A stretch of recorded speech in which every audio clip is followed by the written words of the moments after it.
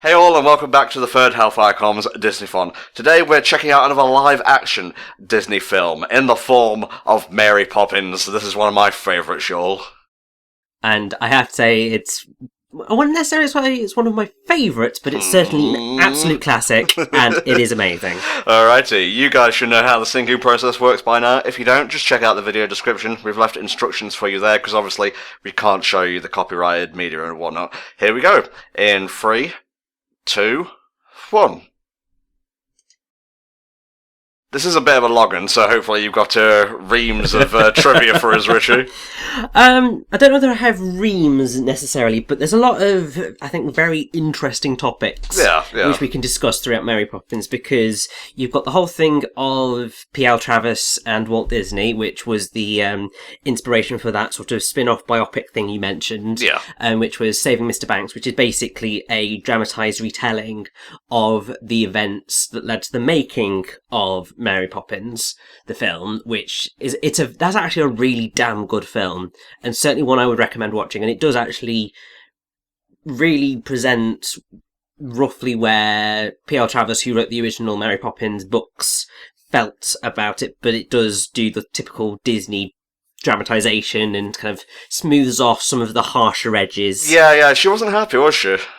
No, I mean, basically, so P.L. Travers, full name Pamela Lyndon Travers, or at least that was her stage name. Her real name was actually Helen Lyndon Goff, wrote Mary Poppins, and she was very, very protective of that. And basically, Walt Disney, I think, tried for about 20 years to secure the film rights to Mary Poppins, because basically his kids, I think, really loved the books. Aww. And Walt Disney, being Walt Disney, was just like, my kids love this, therefore I want to make it into a motion picture. As, you know, he did in that time. So he spent ages trying to get the rights to it, and Travers was just like, no, because she really didn't like what Disney did, because she saw his animations as sort of beneath her, effectively. Like, she thought they were kind of nothingy. Bit trashy, maybe? Yeah, she just was not impressed. And basically there's a whole rigmarole that effectively... the main reason that she did end up giving the rights to him was because she needed the money. Okay, well, isn't it always the way? Yes, there's also kind of loads of stories of Travers going to LA with a first-class ticket paid for by Disney himself, and ultimately she did give him the rights, largely because she needed the money. Yeah. But she was an absolute nightmare throughout the project. She was an advisor in the production and pretty much hated most of the stuff that they were doing. She disapproved of the character that they were going for Mary Poppins, because she thought, well, I mean, she wasn't a fan of Julie Andrews as Mary Poppins. She was just like, she's too pretty. Oh. It's not right. Okay. She thought that Mary Poppins should have sort of the harsher elements, whereas this is a very, very family-friendly thing. She wasn't too fond of the music. She was just like, I don't want her singing type thing. She hated Dick Van Dyke. Oh my god, how could you hate Dick Van Dyke? Like, he's the most lovable cockney the world has ever known. Yes, and she absolutely detested the use of animation in the film, and so she basically was like, you're never touching her again. And yeah, it's a fascinating story as that one, because also there's the story of, so she wasn't invited to the premiere of the film, but she managed to blag her way to getting a ticket, and reportedly she cried at the end. Basically what she would say that was because she hated it so much and hated what Disney had done to her beloved Mary Poppins. The way Saving Mr. Banks presents that is that she just overcome with emotion at seeing certain things that the film might have gotten right that she may not have admitted to it getting right, which is sort of that whole thing of them sort of brushing over some of the issues. But in the end, Travers did come to not detest it so much. Okay.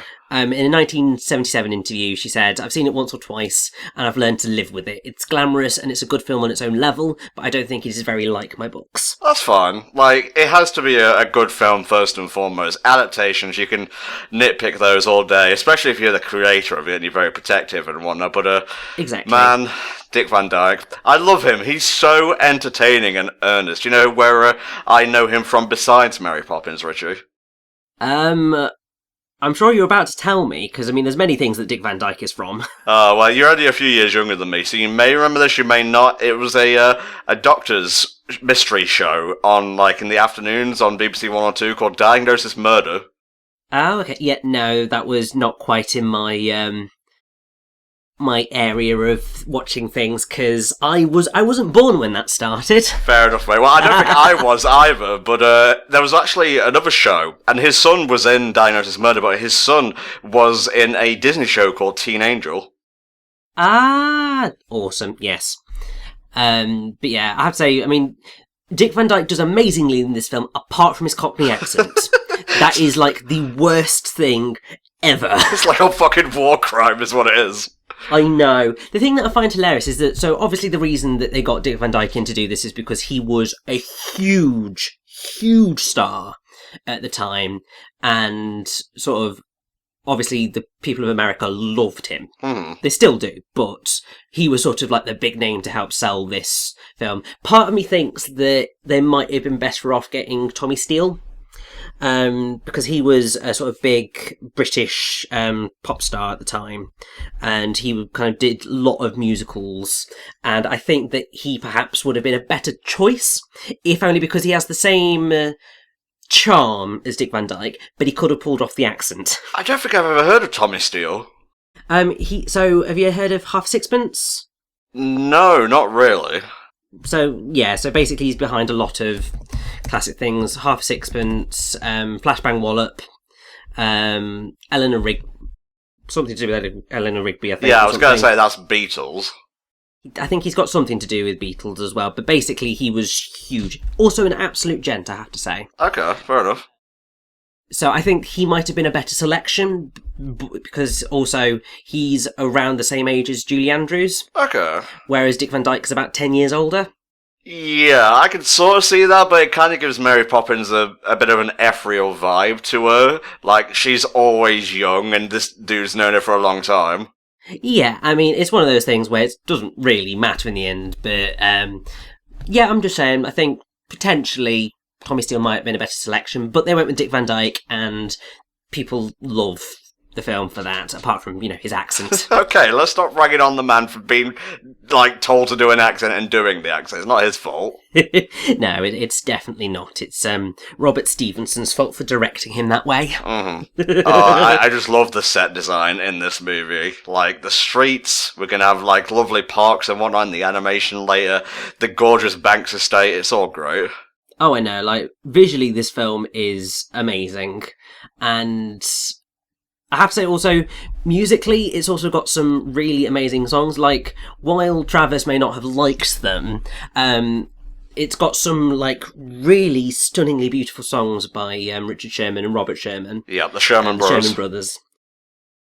So you've got Feed the Birds, which is just one of the most beautiful songs, I think, that's ever come out of Disney. It's iconic, yep. Yeah, and that was actually Walt Disney's, I think, favourite song that they ever wrote. I think I've heard that before, yeah. Yeah, I think yes, Richard Sherman's told the story many times. Basically, I think there was a moment where, with the production of Mary Poppins, that they thought it was all going to go tits up, and then they wrote Feed the Birds, and Walt Disney heard it and was just like, it's going to be okay.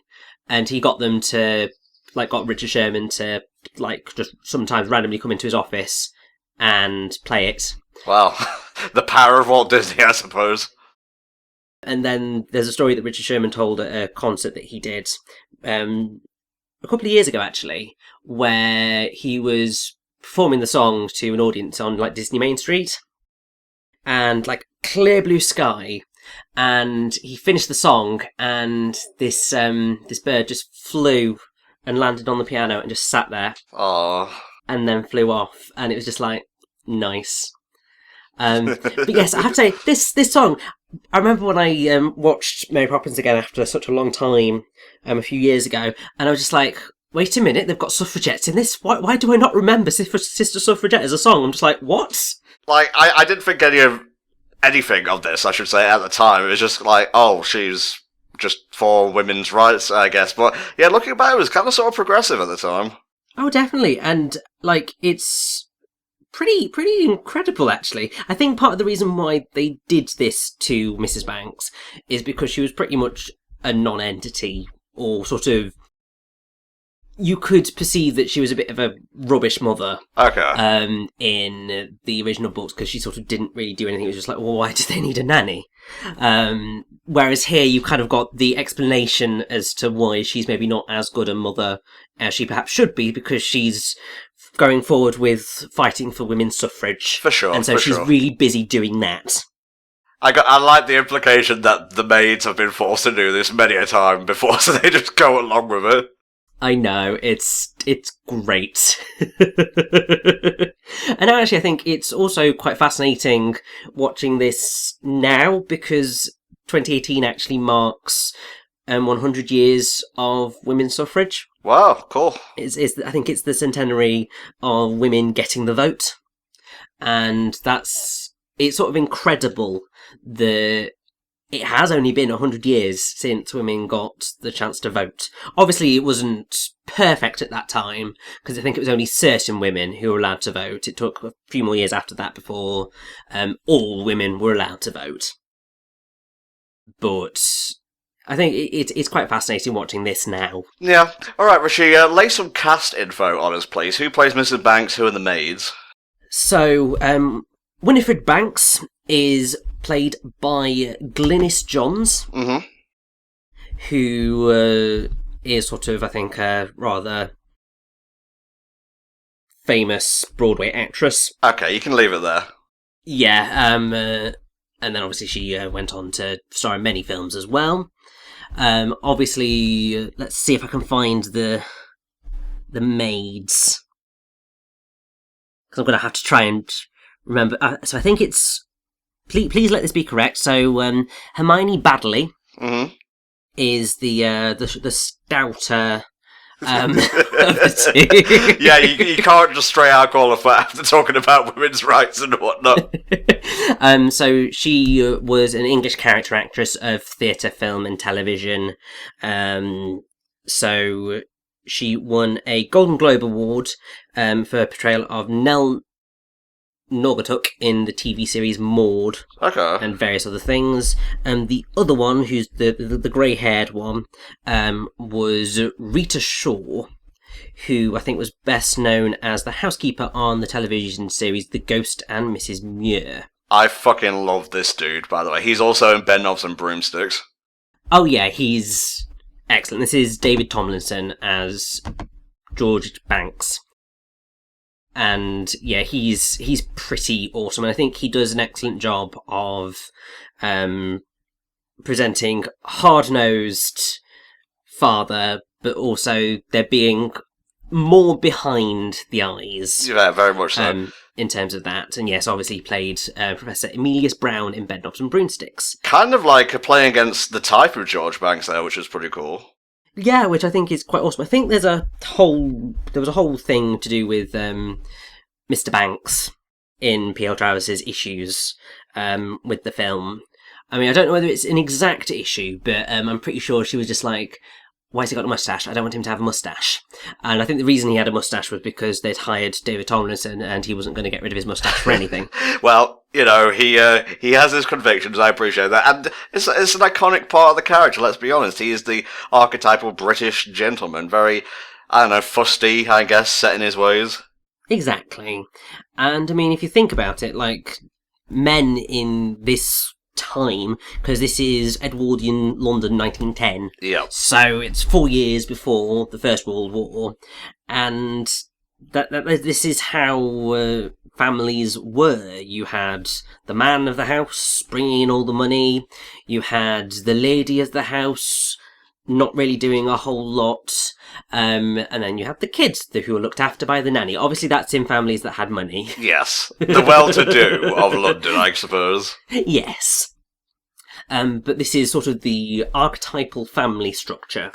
And it wasn't until sort of after World War One when that began to change, because obviously World War One, all the men went off to war, so all the women had to kind of keep the country running. Mm-hmm. And after that point, you can't really go back and say, no, you can't vote, because you're women, you don't understand these things. It's just like, mate, we ran the country for 4 years. Oh, why aren't you getting back in your place? Ah, no, we've given them too much freedom.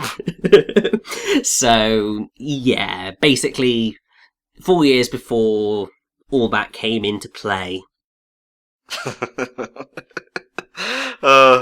He's got great comedic timing as well as David Tomlinson. Oh, he really does. I think he does do a brilliant job. I think in some ways I like him more than Julie Andrews in the film, but Julie Andrews is still one of the most iconic Disney characters ever.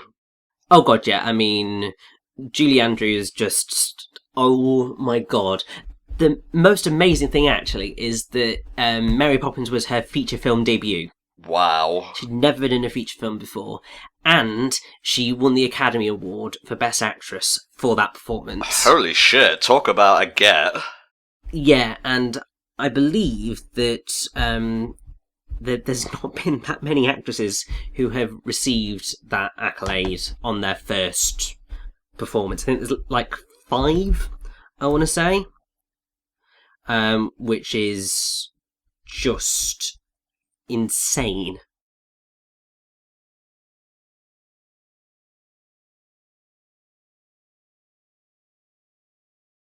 Yeah, this is also very Edwardian or olden times and whatnot. They got a bit of a cordial relationship with the police, and obviously he must know the guy because the Banks twins have got a bit of a reputation for being rambunctious, I suppose.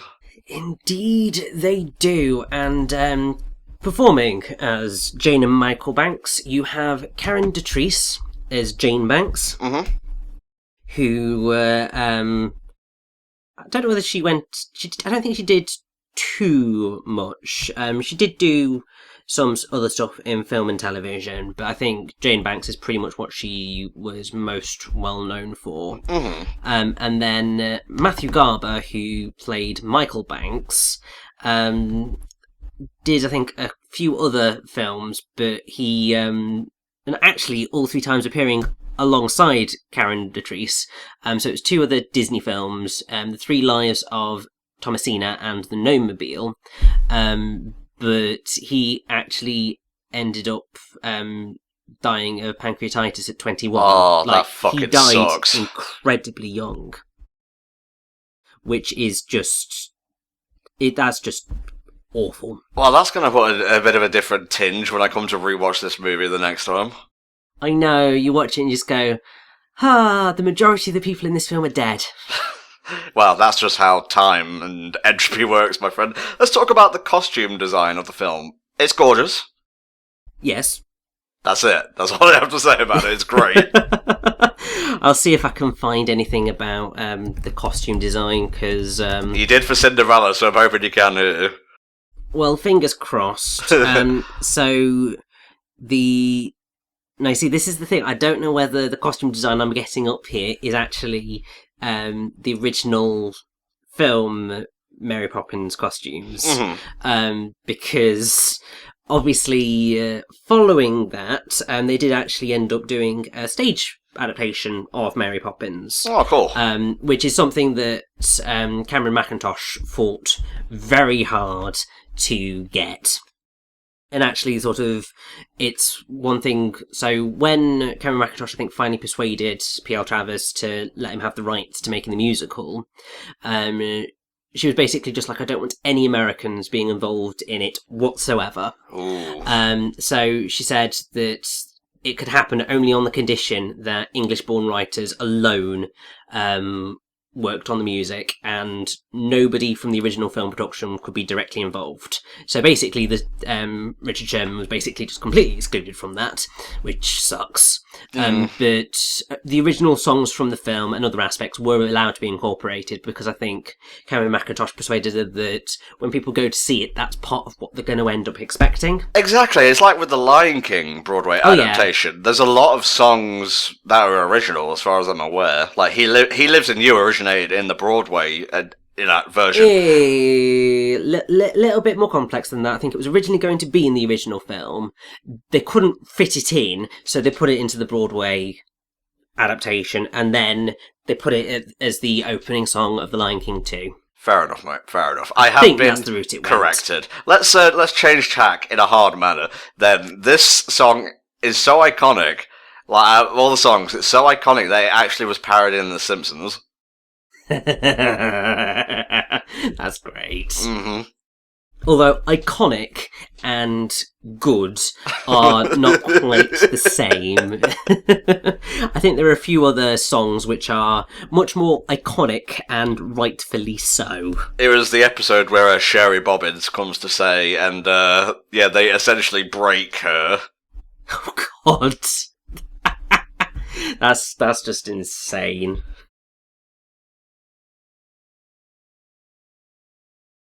So yeah, I have to say, it's one of the things I think surprised me about Mary Poppins when I watched it again after many, many, many, many, many years was actually how long it is. Yeah. Because, like, for the majority of Disney films, an hour and a half, that's your lot. And they squeeze a lot into that hour and a half, but it always feels about right. Sometimes you want a bit more, but still. But yeah, looking back at Mary Poppins, it's just like, oh, this is actually really long.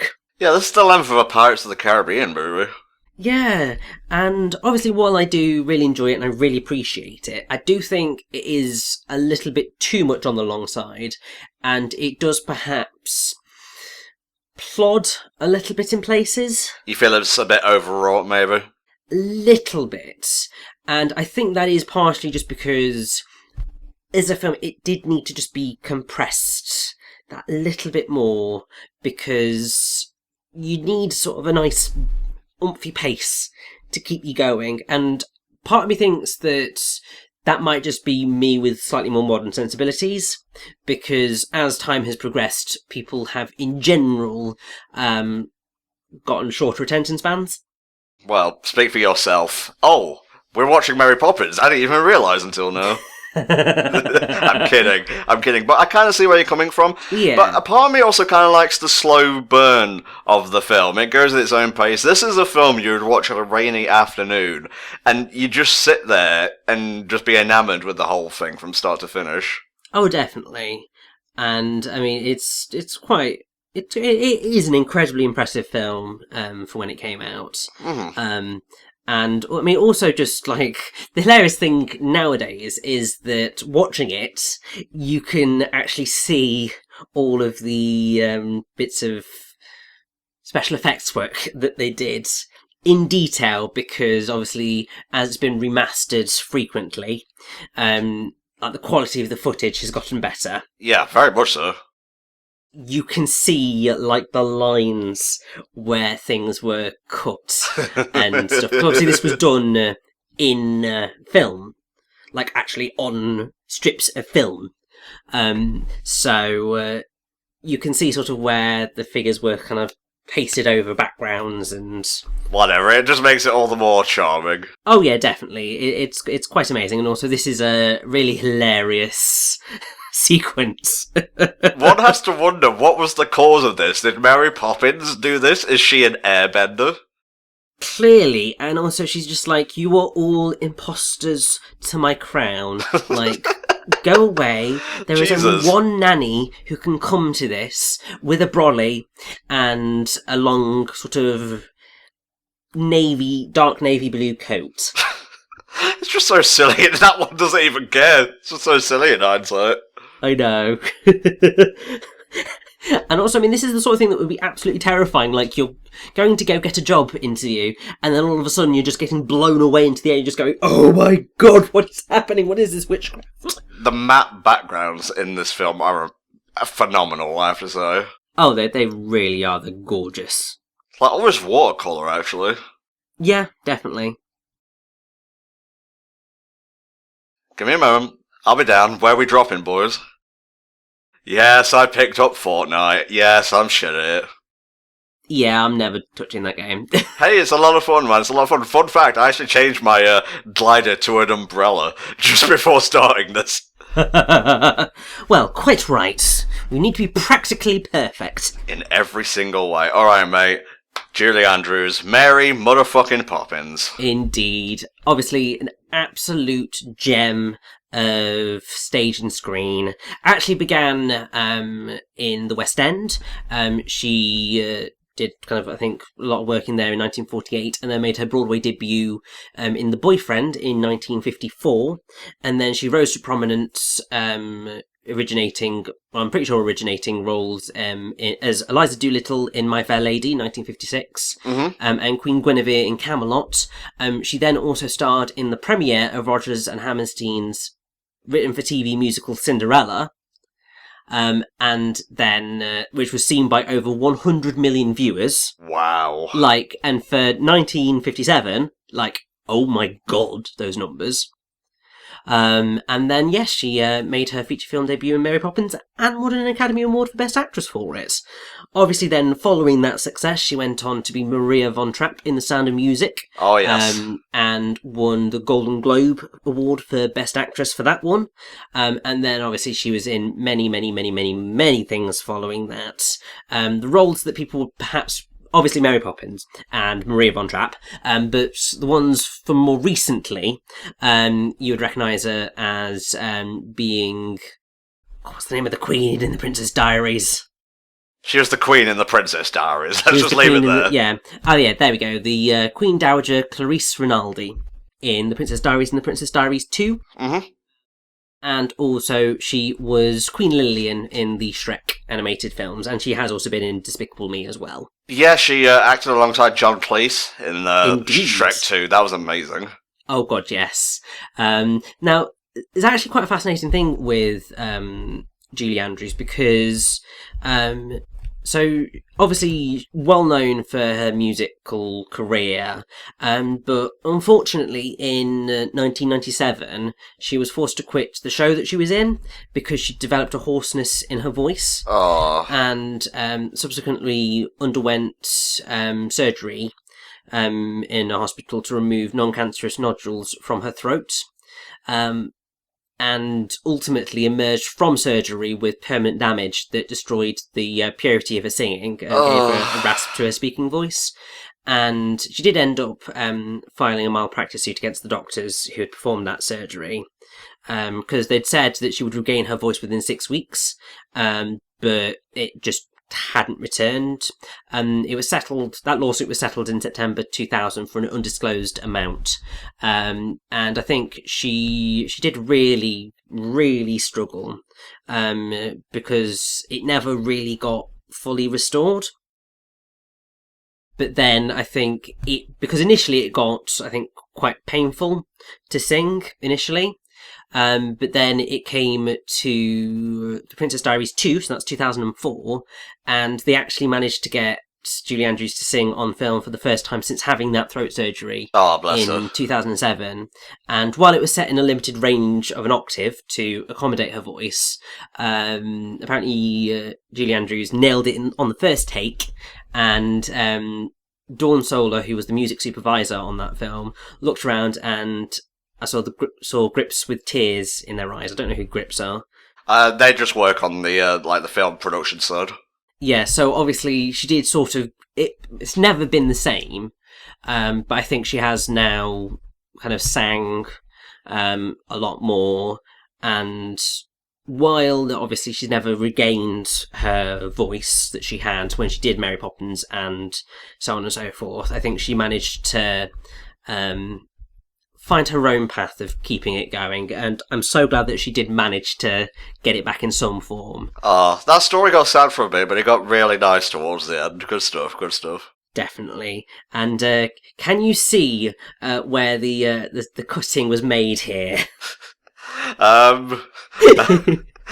Actually, no, I can't. Can you point it out to me?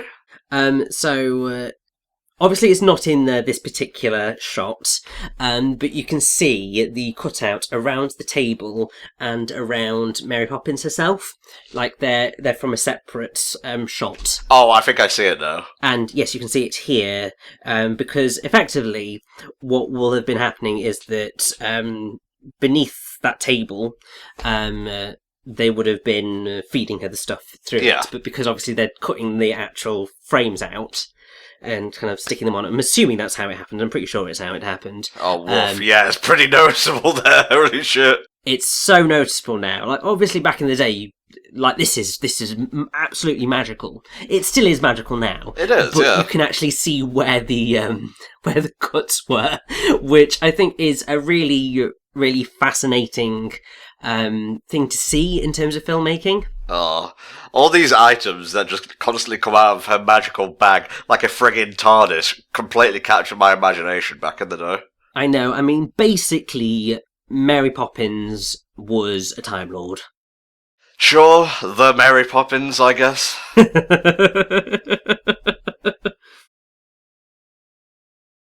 But yes, so actually, obviously, when the film got turned into a musical,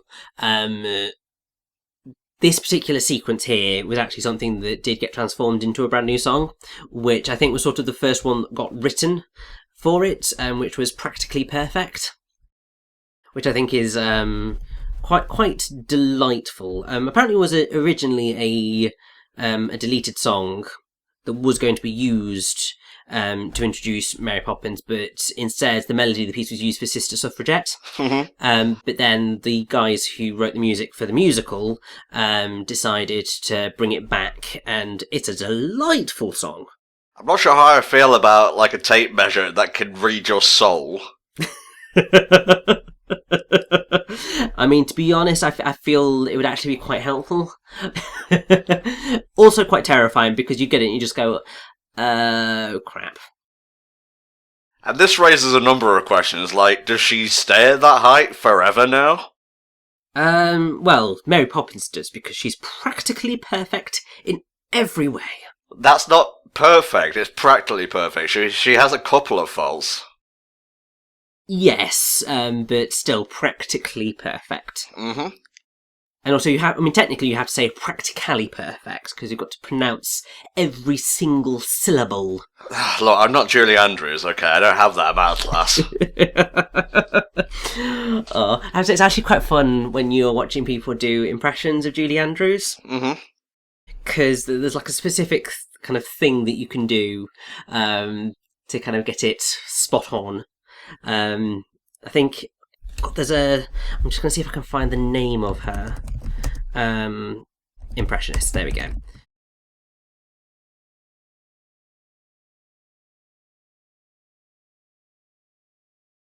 No, it's not even showing me. Bloody hell.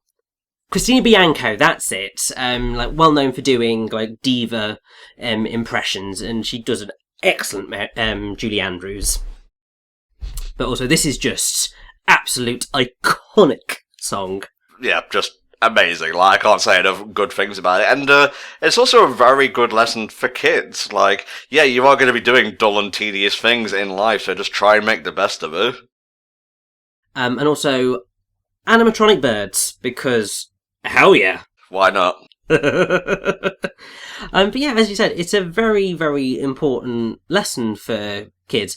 Not necessarily the right, I think, lyrics, so spoonful of sugar helps medicine go down, because I wouldn't necessarily recommend having a spoonful of sugar with your medicine.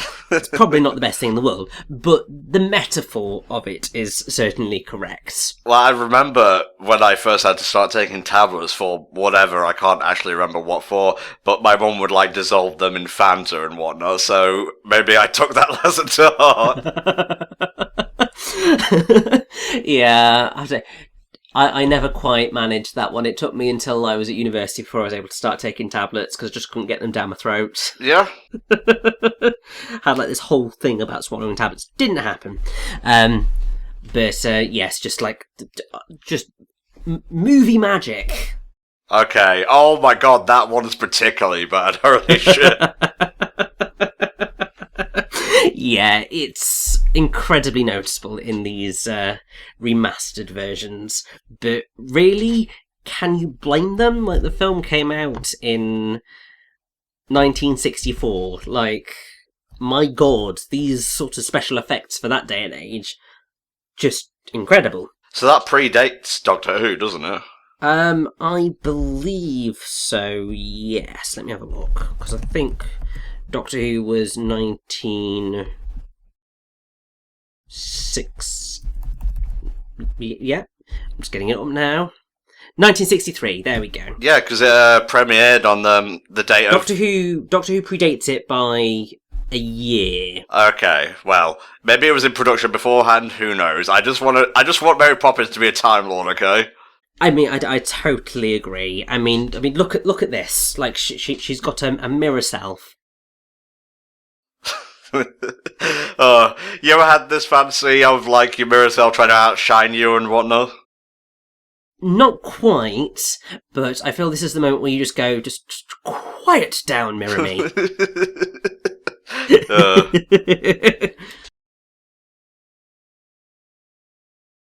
If tidying up was like this, every kid would do it.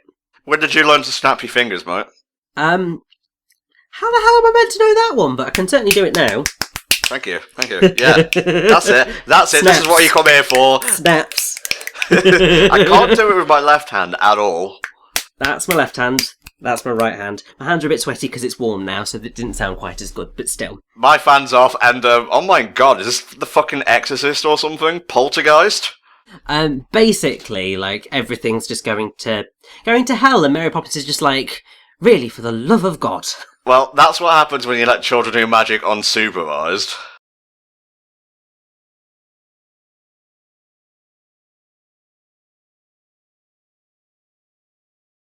Just that. It's just like, for the love of God, will you quiet down, you useless pieces of furniture? So there you go, practically perfect. I said it right there. It's like she's got a bit of a temper still.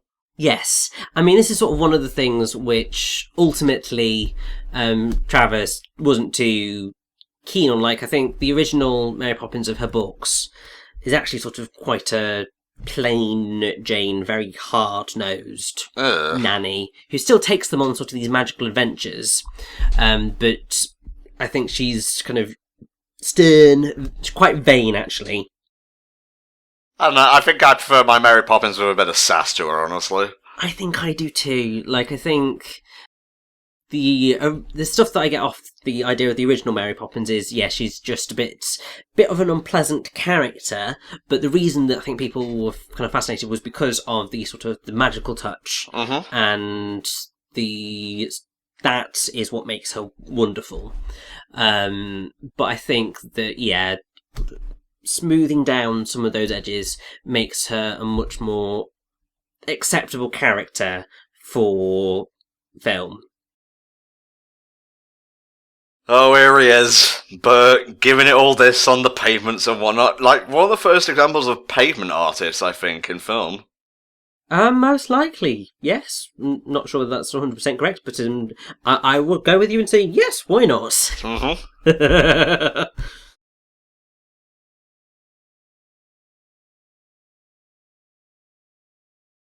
Right, I'm British. I can say that this is a fine Cockney accent, okay? You can't talk me down.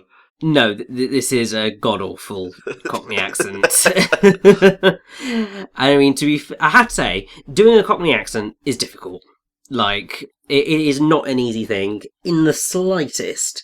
But there's a reason why most Americans cannot do it. I mean, to be fair, most Brits, unless they're actually Cockney, can't really do it that much justice. Because you kind of just end up going like, up the apples and pears, mate. That wasn't even Cockney. That was probably even worse than Dick Van Dyke's. But it's a difficult one to do. He who captures the outline of the Poppins becomes the Poppins. I'm not sure that's quite how that one works. Well, to this day, I've never seen that Scary Poppins parody thing, and I hopefully never will, because I'm not a fan of spooky stuff. I don't think I've ever heard of that before in my life, but probably for the best, actually. Although that said, I'm like, years ago, I would have said, no, I don't do horror. Now, I actually do quite like a bit of horror. It's weird. Well, it's because you can appreciate the fact that there is nothing beyond, so maybe you can allow yourself to be taken up in it. Well, I think it's also just because, like, a bit of gore can be quite fun, actually. Not really sure where to go from that. Our friendship may be on the rocks right now. I mean, never to pitch you off. Well, definitely a lesson to learn, because I've realised that while pissing me off in terms of anger doesn't really work, because when I'm angry I sound like a yappy dog, but sort of cool, icy being pissed off, I think I do quite well, because I just go full on hard. Like I had a phone call at work the other day that I had to make, and I took no shit, and it was quite fun. And my cold brutalness came through, and I was just like, yes, get in there, take no prisoners. Oh, Michael is loving this shit, and it's funny because he had the Dick Van Dyke Show, so he was used to being an entertainer. He's kind of like the American version of Bruce Forsyth in a way. Basically, yes. And also, can I just say, somebody hasn't made a GIF of Mary Poppins' slow clap. Please can someone make a GIF of Mary Poppins' slow clap, because that would, I have to say, while I would be perhaps misappropriating the use of the word iconic, that was just iconic. There you go. You need a bit of a path if you're going to jump into a painting. What? Sorry? No one ever mentioned, like, dimensional hopping. I mean, this is basically the proof that Mary Poppins is a Time Lord, although maybe she's a bit more than a Time Lord because she has actual magic to pull these things off. Even though she's like Mario. Ba-ba-ba-ba-ba-ba. Mario Poppins? That would be an interesting sequel. Jesus. And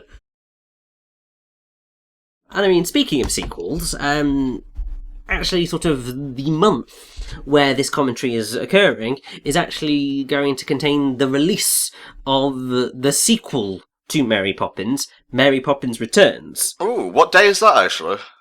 So officially, it's coming out in the US on the 25th of December, so Christmas Day, because I think cinemas actually open on Christmas Day in America for some stupid reason. Well, what are you guys doing with your lives? Have an actual Christmas Day? Hey, well, whatever. Hey, come on, there's a lot of single families out there, you know? This is very true. But yes, that's coming out on Christmas Day of 2018. Yes, wow, nice. Oh, this is probably my favourite part of the movie. Oh yes, a lovely bit of a jolly holiday. Mm-hmm. Great fun. And also we're going to get the absolutely splendiferous supercalifragilisticexpialidocious. Nailed it first time, mate, thank you. Bert over here looking like a fucking Jolly Rancher. Of course. But yeah, so Mary Poppins Returns coming out. Got Emily Blunt as Mary Poppins, which I think is pretty much pitch perfect casting for the actresses of today. I think she's probably the person who's going to be closest to getting the Julie Andrews charm. But they've also got a lot of big names in that. You've got Lin-Manuel Miranda, who's also doing some of the music for it. Fuck yeah. Love a bit of Lin-Manuel Miranda. You've got Ben Whishaw, Emily Mortimer, some people that I'm not particularly sure the names of, but then you've got Julie Walters, Colin Firth, Meryl Streep, Angela Lansbury, and also apparently Dick Van Dyke is going to be in it as well. Oh my god, if he's like a cameo at the end where she sees Bert again, I'm going to cry. I will watch that film and I'll fucking cry. My guess is that he will be a cameo of some description. Although he's down in the cast list as Mr. Dawes Jr. So I think that's the bank manager, actually. Oh! Actually, yeah, good point. That will be something to bring up later in the film. You just brought a bit of casting to my mind's eye. Yes, a very slightly awkward but still hilarious bit of casting. So how do you feel about the blend of live action and animation in the movie, mate? I have to say, I do think that it is really impressive, especially for the time, and it's why they then went on to do Bedknobs and Broomsticks, because this, I think, was like the first time that they'd really tried this, and I think that it is really effective. It's not perfect. I mean, it's not going to be perfect for 1964. Just no. But it is still incredibly impressive for the time. It's why I always mentally connect Mary Poppins with Bedknobs and Broomsticks, because A, it's got David Tomlinson in both, and B, they both use live action and animation combinations. Exactly, and it is, it's peak Disney, really. It's like merging live action Disney and animated Disney into the same thing, and it's wonderful. It's what P.L. Travers despised, but I think it does work. I can see why it would piss her off, but to me it's just charming, really. Oh yeah, it's that whole thing of P.L. Travers didn't see Mary Poppins as this all singing, all dancing, pretty lady.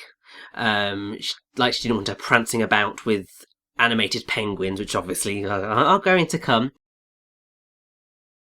Because she saw, there was a serious message behind her books, or at least that's what she saw in them.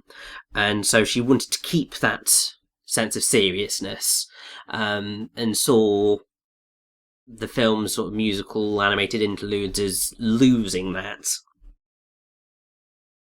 I guess you could sort of call this filler, for lack of a better word, because it is just them prancing about and singing on a day's outing, but I think the film would lose a lot of its charm if you removed it.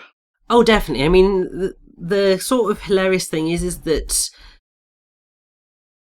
P.L. Travers had this whole idea of Mary Poppins as sort of having these sort of serious stories, but she created a magical nanny who flies using an umbrella and takes the kids on various adventures to all sorts of magical locations.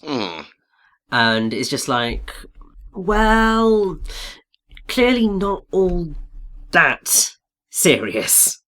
Even with the ability to, kind of see where the lines are, that was still pretty well synced up.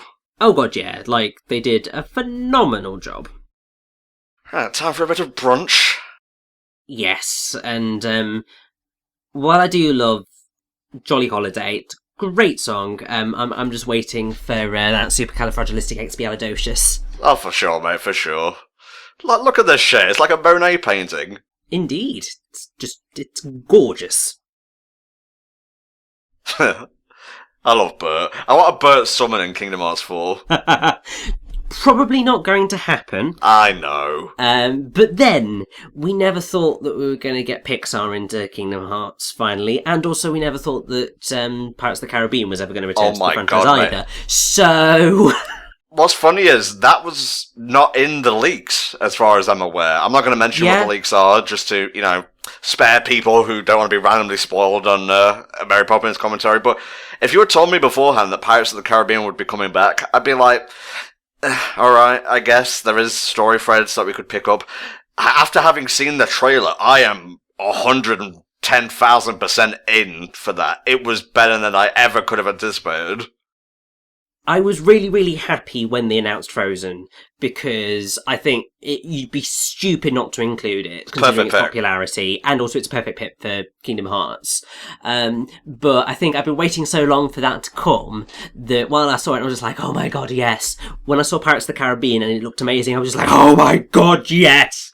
So there was a sort of extra level to the excitement because I wasn't expecting it, and so the surprise made it even better. Obviously, there were a few other elements of those E3 trailers that, at the time of recording this, were actually not very long ago. By the time this comes out, we'll be in within a month or so. Well, it'll be a month and a bit of Kingdom Hearts 3 finally coming out, so might be slightly crazy by that point. But there were a few story beats that were revealed in those trailers which were just like broke my heart, and even Nomura is saying the ending will probably break a lot of people's hearts in a good way. Yeah, I would be very disappointed if it didn't. I have cried at the end of both of the mainline Kingdom Hearts games for different reasons. I cried at the end of, secret ending of Birth by Sleep. Can't remember anything with Might have had a few tears in my eye for Dream Drop Distance. Definitely cried at 358 over 2 days. I can see why, but yeah. Yeah, and then Chain of Memories and Recoded, nothing. Well, Chain of Memories ends on a very, happy note for the most part. Hopeful. Yeah. I think that the thing that didn't sit well with me was just that I just didn't like Chain of Memories as a game. Yeah, that's fair enough, So that just killed most enthusiasm I had for it, but the penguin dance. Yeah, so we were balls deep in Kingdom Hearts discussion here, but where have these penguins appeared before? Because I swear I recognise their animation frames. Bear with me a second. I want to say it was reused in a future movie or something, but maybe I'm just high. Penguin waiters, there we go. Let's see. So they have turned up in various things. So obviously they originated in Mary Poppins. They serve people at the Ink and Paint Club in Who Framed Roger Rabbit. That's the one, yeah. They were also the waiters for the House of Mouse. Yep. And they have turned up relatively rarely in Disney parks. So they're classified as semi-rare characters, only making occasional meet and greet appearances, often with Mary Poppins herself. Oh, that's awesome. But, and they have appeared in a few other things, but pretty much Mary Poppins, Who Framed Roger Rabbit, and House of Mouse are where the penguin waiters come from.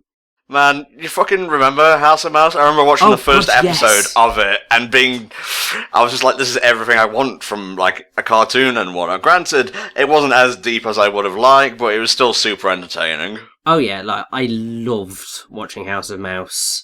I mean, pretty much Disney Channel during that time was just... It was peak, yeah. Just all the shows, even, the animated one and the live-action ones, were just...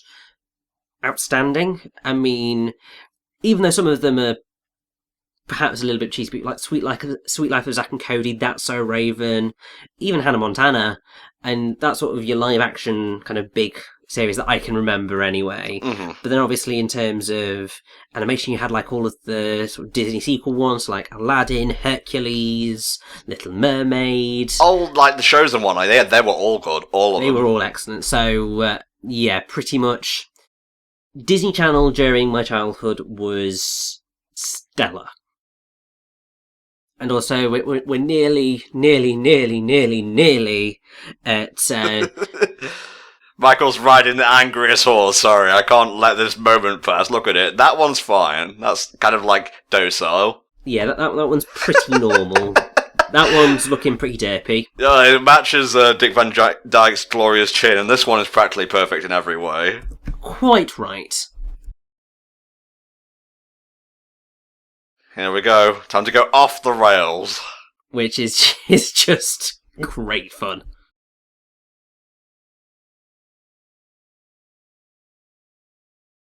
But yes, one of the things... Obviously, we're going to get to supercalifragilisticexpialidocious shortly, but the thing that I find quite funny is that technically, during the song, Mary Poppins says that saying it backwards is docious aliexpialistic fragicalirupus, but that's not actually quite right. Spelling it backwards, it becomes Swoicodilapixecitsiligarfilicrerupus, or something along those lines. Sounds like the fucking angel speak from Bayonetta.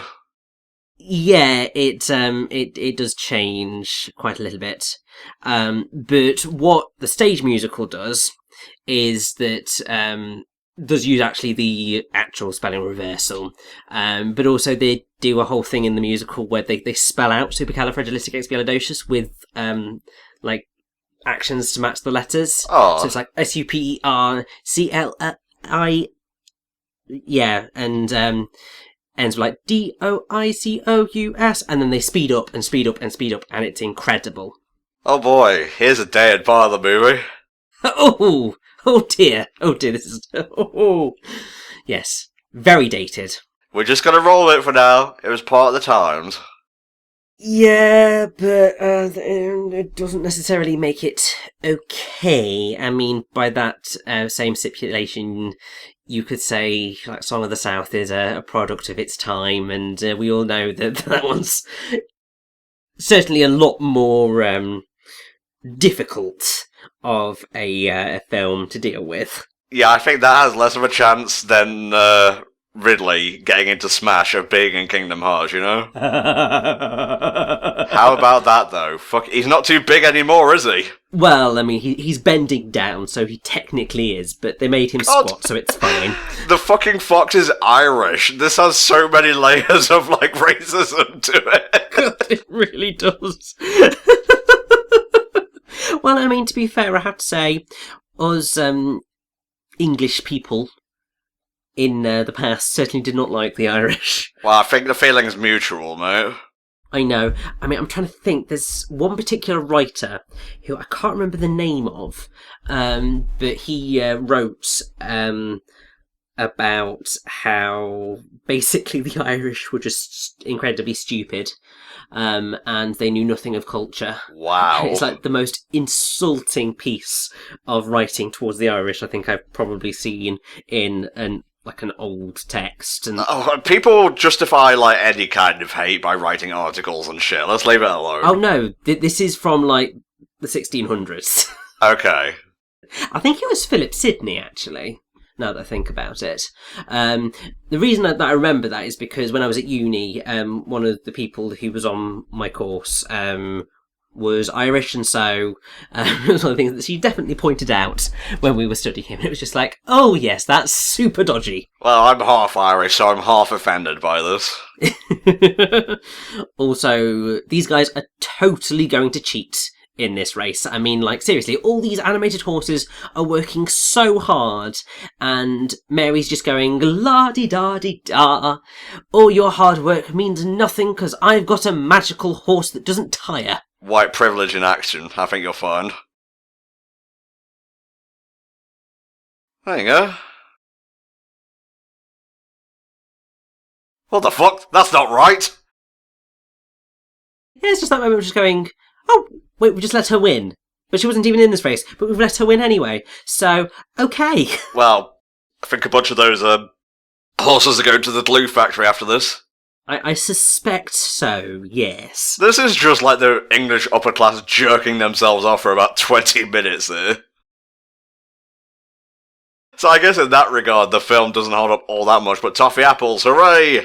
Yes. It's been so long since I've had a toffee apple. I think it's because, like, in my head I'm going, I need to try and be good in terms of sugar intake. I'm eating too many chocolate bars and having sugar on my cereals every morning, but... Oh my god, even I don't do that. It's because it's cornflakes. Well, cornflakes are gorgeous, mate. They need that sugar to just give them a little bit of an extra kick. I'll just have it for fucking Cocoa Pops or something. Yeah. Anyway. Here we go. It's supercalifragilisticexpialidocious. Just love this song so much. I thought you were actually going to break into song there and I was about to cut the feed. I mean, part of me was going to do it, but then obviously I know that this is not a me solo commentary in which I could get away with that sort of stuff. I always wonder what was the deal with, like, the band's costumes. Are they just sequins? No, so they're based on the Pearly Kings and Queens. Okay. So basically, they are an organised charitable tradition of working class culture in London, and basically the idea is that they're mother of pearl buttons that are just all over their outfits. You've definitely seen them before in various things. I mean, if you saw the 2012 Summer Olympics opening ceremony, there was a parade of real-life Pearly Kings and Queens in that. Oh, I fucking love that opening ceremony. Oh, that was incredible. So, I mean, yeah, that was iconic. Yes. God, I hope someone's keeping count of how many iconics we use so they can throw it back at us at the end of it. I know. Now, no, Mary. That is not saying it backwards. Look, she's the one who's practically perfect in every way now. I'm developing a fucking tick. I want to say practically. Thank you. Practically perfect in every way. But yes, I like the place of this song. It works beautifully. But I think that the stage musical actually makes it make a lot more sense. Mm-hmm. Because in the stage musical, Mary Poppins takes Jane and Michael Banks to visit Mrs. Corrie's shop to buy an ounce of conversation, only to find that Mrs. Corrie has run out of conversation. She does, however, have some letters, and Jane and Michael each pick out 7, with Mary choosing one also.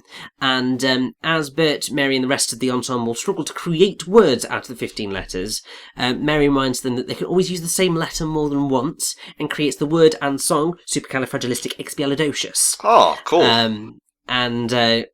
So then they end up spelling it out in a kind of gesture that was actually suggested by the choreographer Stephen Mear, mostly because his partner is deaf.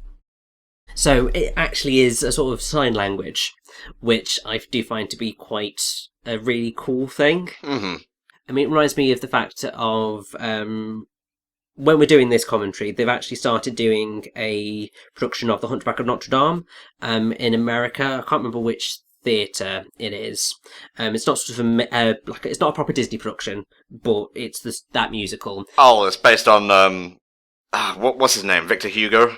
Yeah. So it is the music of the Disney version. It is Alan Menken's score and Stephen Schwartz's lyrics. Okay. But it is much more based on Victor Hugo's novel. It was performed off-Broadway, which had Alan Menken and Stephen Schwartz come back to add new songs. That production is phenomenal. But basically, in this production, they've got... so the actor who plays Quasimodo is deaf. So he signs his entire performance.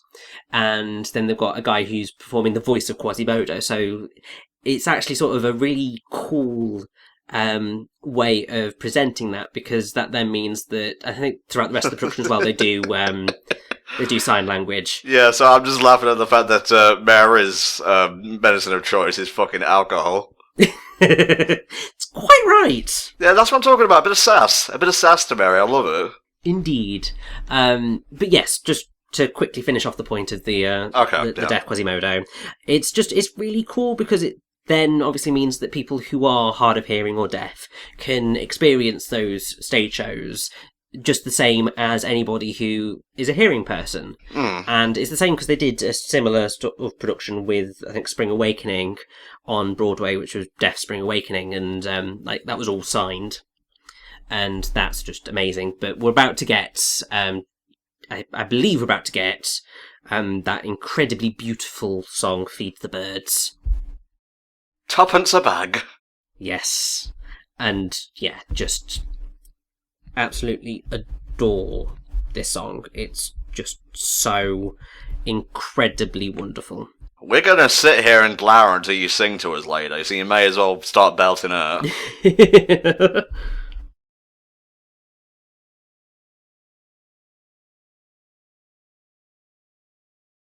So is she actually getting paid for this? I'm not sure, and also, seemingly she's not actually going to sing Feed the Birds just yet. I thought she was. I know it's one of these bedtime scenes, but clearly not this one. I think it's the second one, yeah. I think it's the second one as well. God damn it, Mary, why did you lie to me? Hey, Mary didn't lie to you, your memory betrayed you this time.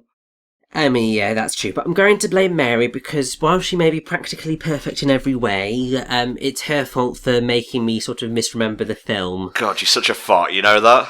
The more iconic song stuck in my head and made me think that it came sooner because this film is longer than it needs to be. That's my argument, I'll go with that. Come on, don't fucking sing a lullaby when there's another hour to go. I'm already a bit drowsy because it's so warm. I know, I'm just sat here just going, just want to put my fan on. Just want to just spread out and not do anything. Richie man spreading during a commentary. Disgusting, mate, disgusting. And so they never woke up again and dreamed forever. Where, you know, they were taken by Peter Pan to Never Never Land, where they never grew up. That's the point. Have we actually covered Peter Pan in the Disneython? I have no idea, partially because I wasn't part of the first Disneython. That's true.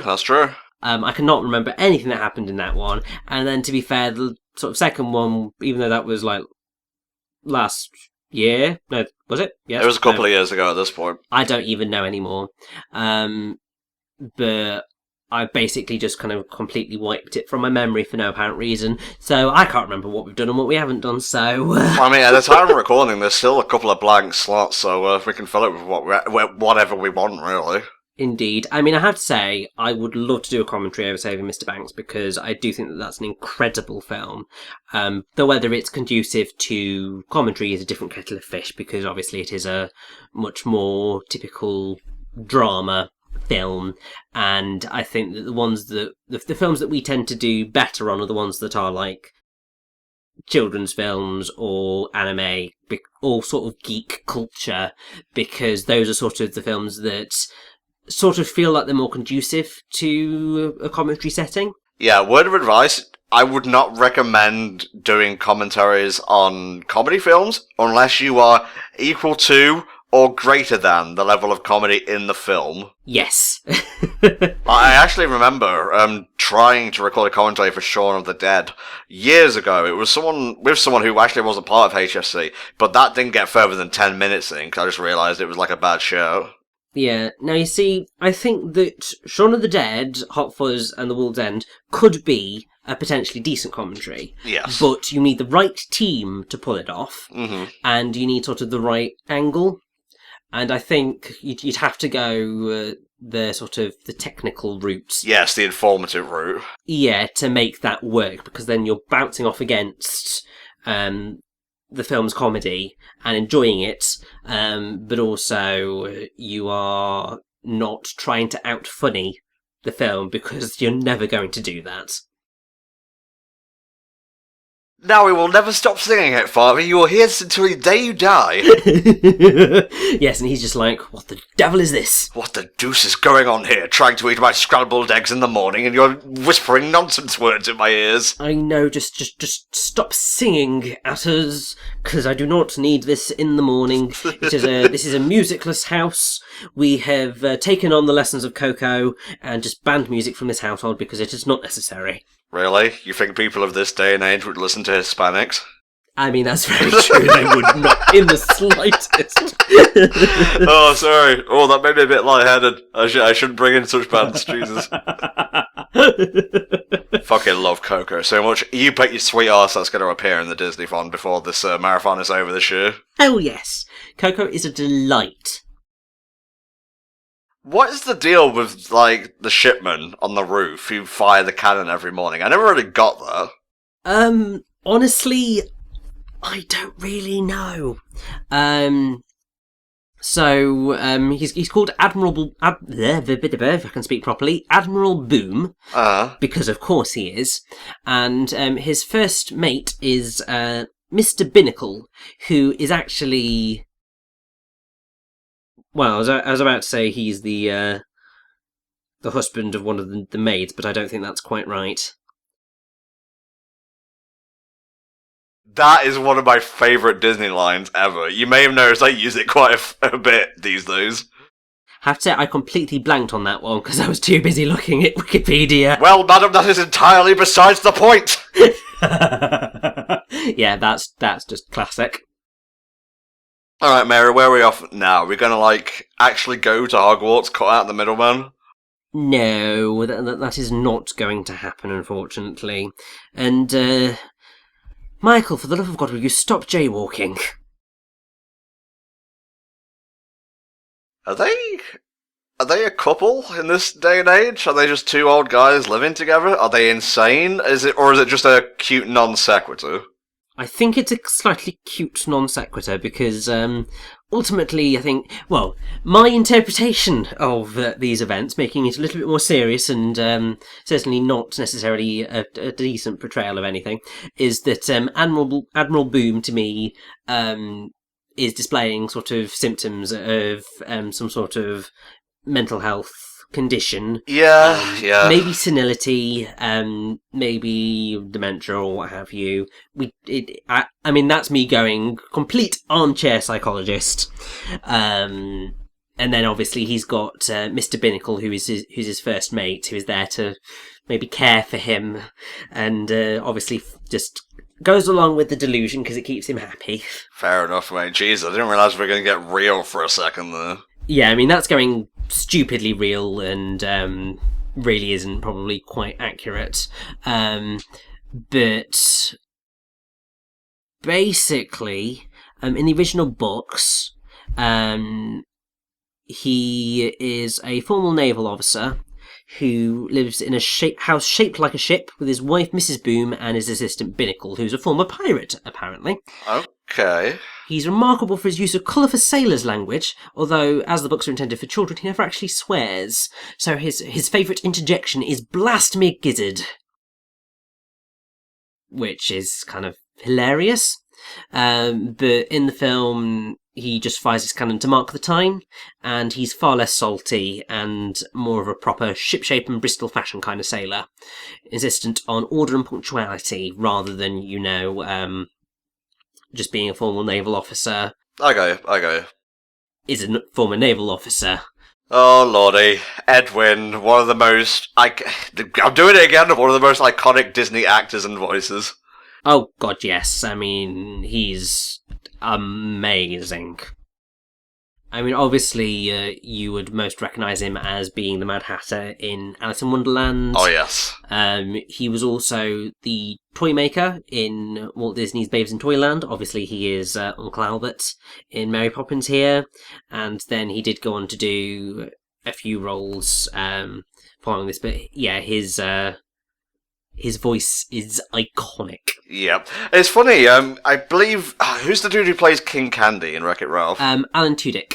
Yeah, I think he took a bit of Ed Wynn as inspiration for King Candy's voice. I mean, in the legacy section of Ed Wynn's Wikipedia page, it's stated that Alan Tudyk deliberately emulated it. Oh, beautiful, King Candy. Beautiful. And there is actually an article here, which I think is where they got that piece of information in. And basically what happened with that one is that the filmmakers asked Tudyk's agent if he could imitate the voice of Edwin, and Tudyk said that his agent said definitely, and then he called him and said, can you do it, by the way?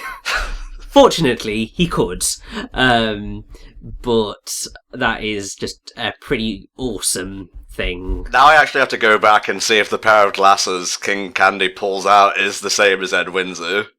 I mean, that would be a nice touch. Yeah, you wouldn't hit a guy with glasses, would you? Oh, you hit a guy with glasses. Yeah, that's just brilliant. And also, I do quite like this particular sequence. It's another of those sort of time fillers, yeah, which I'm not necessarily the biggest fan of, but it is just a lot of laughing for about 5 to 10 minutes, and it's infectious. Well, the thing is, Bert is the fool and Mary's the straight man. That's why these scenes work so well. Exactly. And I think we're just going to end up laughing throughout the rest of this scene, and it's just going to be madness. Mm-hmm. I have a very acting laugh, and the special laugh only comes out when I'm past the point of no return, and my voice actually goes up a few octaves. Well, I mean, I'm just constantly laughing anyway. I mean, it's one of the things that I know that in previous commentary sessions, Tom, you have definitely told me, stop laughing at everything. And I just can't help it. I just laugh a lot. Well, it's not that. It's that it sometimes feels a little bit forced. And I don't want you to wear out your throat, because that has happened before. I mean, yeah, that has happened a few times, but... let's get it straight. I'm not stop laughing because that would be fun, and that's not what this recording process is meant to be. You know, no. There was a point, I'll grant you this, there was a point where I was very much too serious, but those days are well and truly behind us now. Oh, definitely. And yeah, I know, totally. But like, seriously, Tom, you're just such a killjoy, you know? Like, you'd be Mary Poppins in this situation. I'm just going, no, stop having fun. This is not okay. Get back to doing the commentary, for the love of God. No, mate, this is proper bands. Look at all these top lads and Jane just having it large on the ceiling. I know. Like, you could just put a subtitle banter with the lads and whatnot, and just, like, put it on Twitter as a meme. I feel like you should do that. I'm going to, yeah.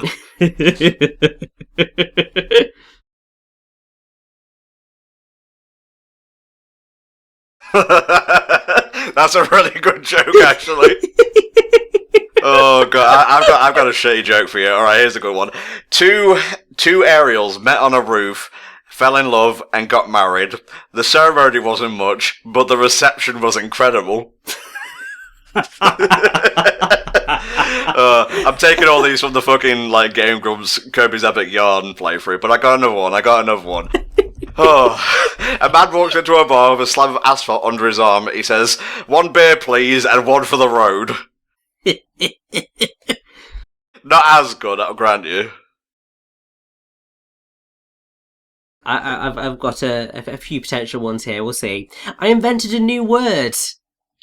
Plagiarism.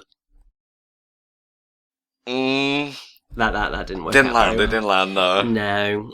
Did you hear about the mathematician who's afraid of negative numbers? No.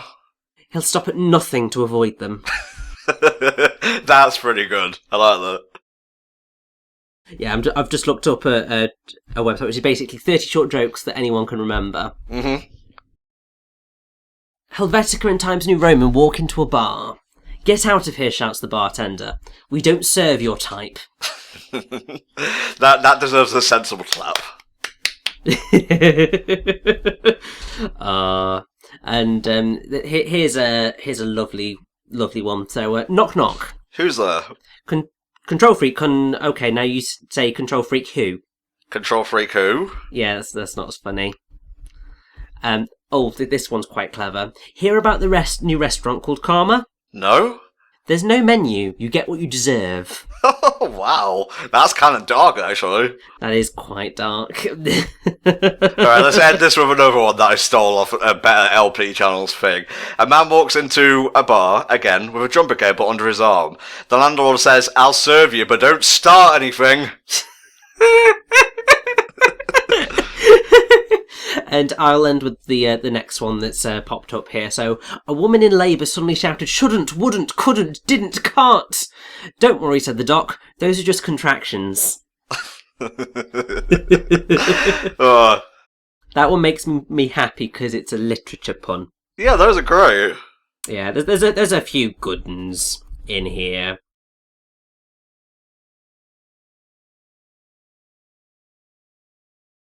Oh.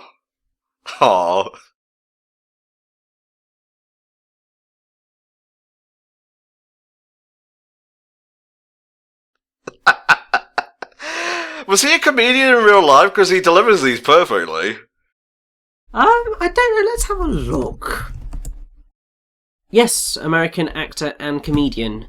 Noted for his perfect full comedy character, his pioneering radio show of the 1930s, and his later career as a dramatic actor. There you go.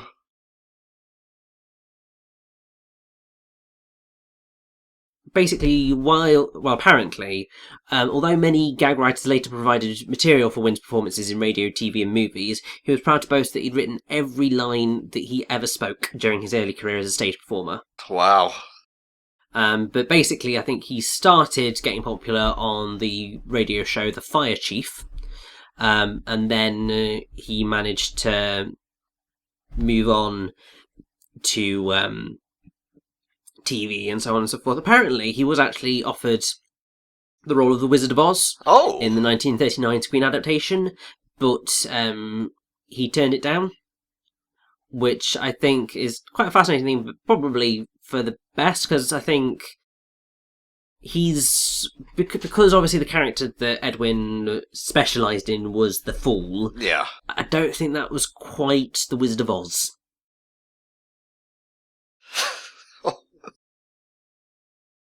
This is sad. Jesus Christ. He's sad because he doesn't want to be left on his own. This has so many levels to it, and that was nothing like a good joke. I know, just... Is this guy, Uncle Albert or whatever he's called, is he manic depressive? I don't know, but potentially, yes. I mean, if you're laughing so hard that you're kind of floating up to the ceiling, then there's clearly something wrong. Yeah, we're just reading too much into it. They were just having a laugh back in these days. Clearly, like, they thought nothing of floating up to the sky. No, they didn't. Daddy's home, where's dinner? Oh no, he is not ready for all this tomfoolery, like, upon entering his castle. I know, it's one of those things where you just go, just let Daddy just sit down for a moment. let me just have a moment of just getting calm and back into my space. Anger rising.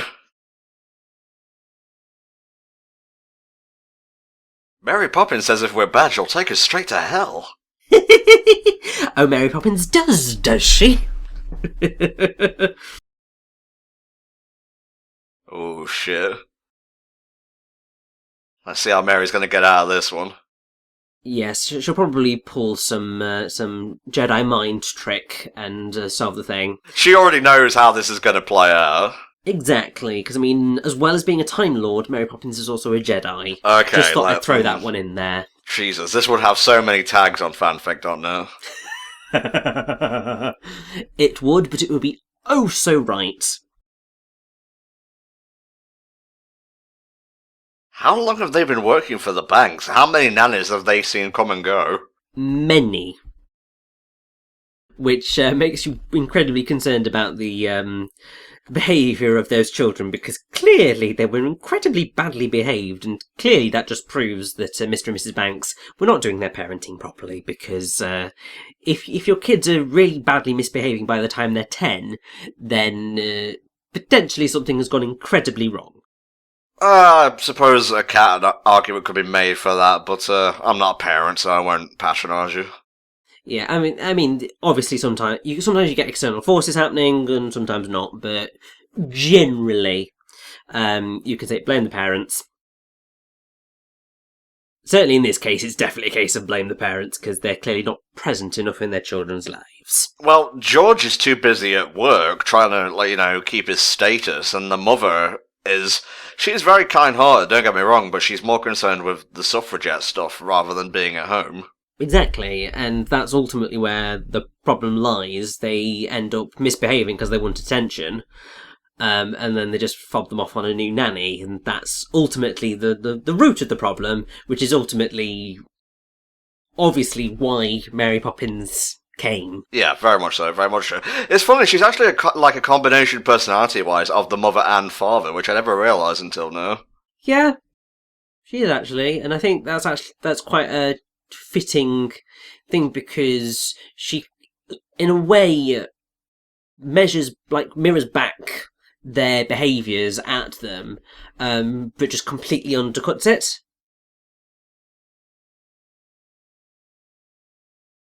And also, I love that she just kind of pulls this out. Yeah, she just, play to his ego, and then give him the 1-2 punch to put him in his place. Yes, and it's just like full-on Jedi mind trick.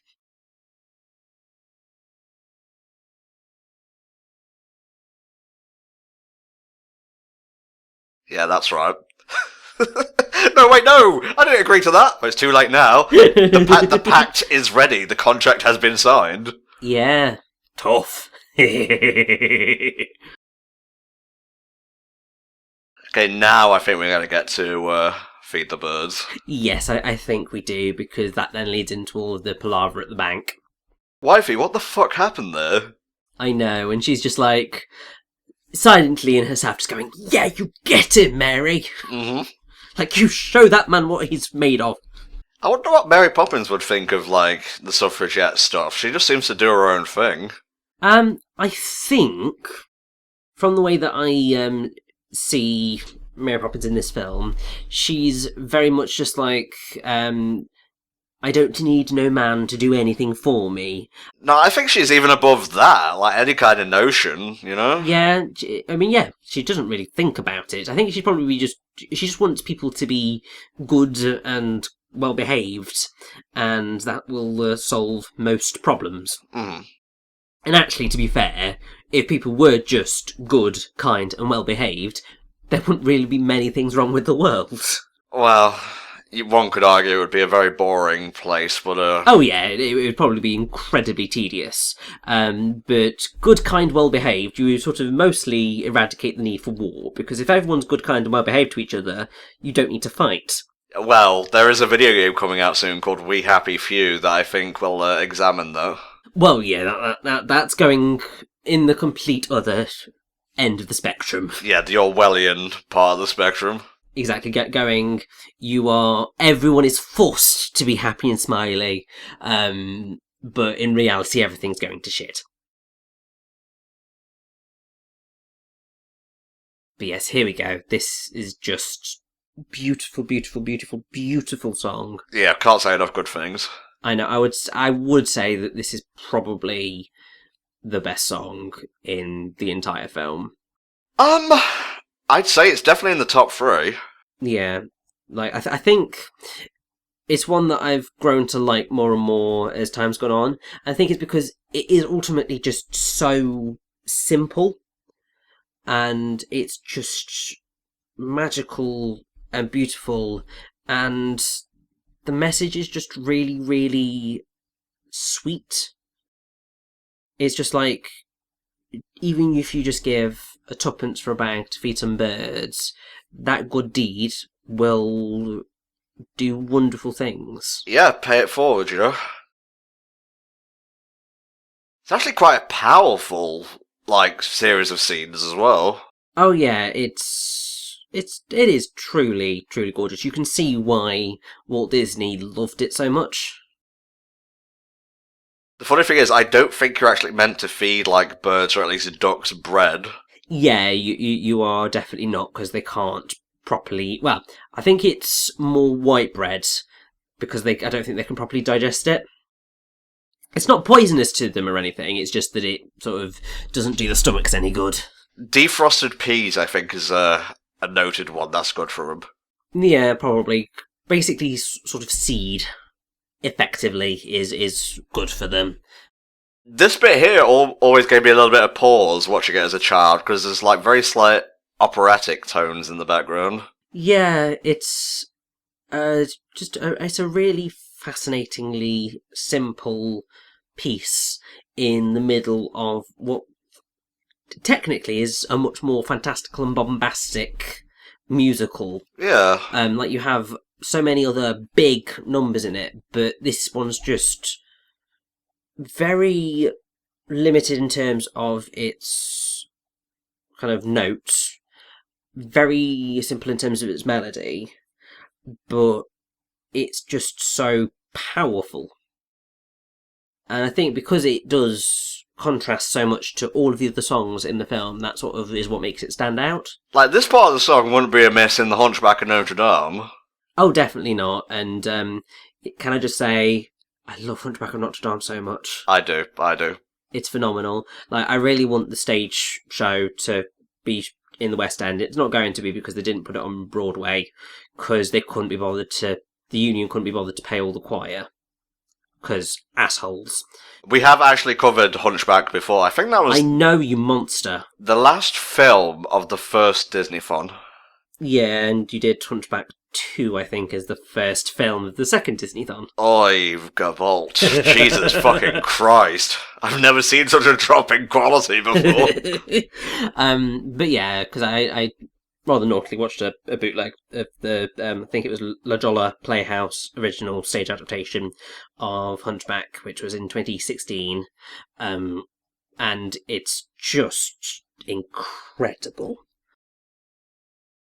So I would really love to see that live, because just having that wall of sound on some of those songs just would be bliss. Very much so. Alright, now we're moving to what I guess you could call the third act of the film, and yeah, this is basically where the film actually gets like a solid story for the rest of it. Yeah, I mean, I'd say if there's one thing that Mary Poppins does suffer from, is that it's mostly quite aimless until this point. Yeah, it feels a bit like an anthology film up until this point. Which, I mean, it's totally fair, because that's ultimately what the books are. Like, I think that, from what I remember, Mary Poppins basically, the film anyway, takes story bits from a number of the books. Mm-hmm. But then they change bits of the storyline to make it all fit together. Yeah, to gel and whatnot. In general, I think, yeah, it is very much an anthology film, but I think that it perhaps would have been a little bit stronger had it had a bit more of a through fare that had just kind of tightened things up, like maybe not spend quite so long with Uncle Albert, maybe not spend quite so long on Jolly Holiday, just sort of cut them down a little bit, and I think you would have ended up with a much faster paced film that I think would have been more watchable today. I mean, it's still eminently watchable, it's still a classic, don't get me wrong, but I think that just trimming some of that fat would have just made it a better film in the long run. Okay.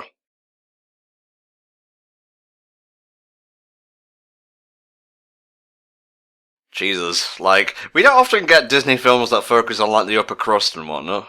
No, I mean, generally you don't really even get Disney films that focus on bankers, either. That's not a... I mean, really, you don't get many films that are focused on bankers, because basically most people don't like bankers, and also, hey, it's the delightful Dick Van Dyke. Really? I can't tell. Yes. I think this was one of the things which people were somewhat surprised by, because effectively, so during the film's end titles, they actually credit Mr. Dawes Sr. as Nav Kid Cade, which is an anagram of Dick Van Dyke. Oh, okay, I get you. Yeah, I think because they sort of wanted to pretend that this wasn't Dick Van Dyke, even though it's clearly Dick Van Dyke. Because I think they thought that his performance as this sort of 80, 90-year-old was just so impossible to tell it was him under all the prosthetics that they could get away with it. It took me a while to figure out in general, and that is good prosthetics for, like, the time this came out. Oh, definitely, and I think he does do a pretty damn good performance as, like, an 80-odd-year-old man. So you were saying, Dick Van Dyke, that is, has a cameo in Mary Poppins Returns as someone. Who was that? I believe it's as... well, it's stated on the page, anyway, as Mr. Dawes Jr., who is actually in this film as Arthur Mallet, or Arthur Mallet's performing Mr. Dawes Jr., who's the director's son, a member of the board. So my assumption is what they've ended up doing is basically saying that Mr. Dawes Jr. ended up looking exactly like his father in his old age, and that's how they're going to get around it. That works, that's fine. Yes, although part of me is just like, well, could you not just, bring back Bert as an old man? That'd probably be... That would make the fans incredibly happy, although... Hey, there's time to do it. I can see the line in the prosthesis now. Damn you, Blu-ray copy, damn you! I mean, yeah, that's pretty much also the curse of the high-quality Blu-ray copies, is you're just like, yep, I can see every bit of the line on that hair cap. I gotta say, I was loving Dawes Sr. being the hype man for George. He's like, go on, sell him the bag, tell him what it can do for him. I know, and it's just like, yeah, I'm not sure I like this too much. I'm just like, no, like, I will use a bank for what it needs to be used for, but please don't try to sell me on it, because most of us think that bankers are assholes. It's not necessarily entirely true. No, it's not. But that is the general perception of bankers. Give the money, you know you want to invest it. Yes, make a deposit, start your savings account. And Michael's just like, no, I want to buy a bag of food to feed to the birds because I'm a nice person. Not sure Jane's buying all this malarkey. No. I don't think either of them are really, although Michael looks a little bit more excited about the prospect than Jane does. Jane's just like, what is this rubbish you're telling me about? But then again, to be fair, it's not like Jane would be able to, well, I don't know whether she'd be able to set up her own bank account or not, but I don't think she'd get much use out of it, because ultimately her father's just going to try and get her married off to a rich guy so that they get the dowry and all that sorted. I was going to say, Jane doesn't do much in the movie overall. No, but really, to be fair, the kids are ultimately a bit of a non-entity, despite the fact that obviously that's why Mary Poppins came for the kids. It's not really; she came to save Mr. Banks. That's the whole reason that Saving Mr. Banks is called Saving Mr. Banks, because the whole story is about Mary Poppins coming and stopping a father from making kind of the worst mistake of his life. For sure. Like, as a kid, the main characters to you would be Mary Poppins and, Jane and Michael, but, so as you said, growing up now, I see that it's actually George.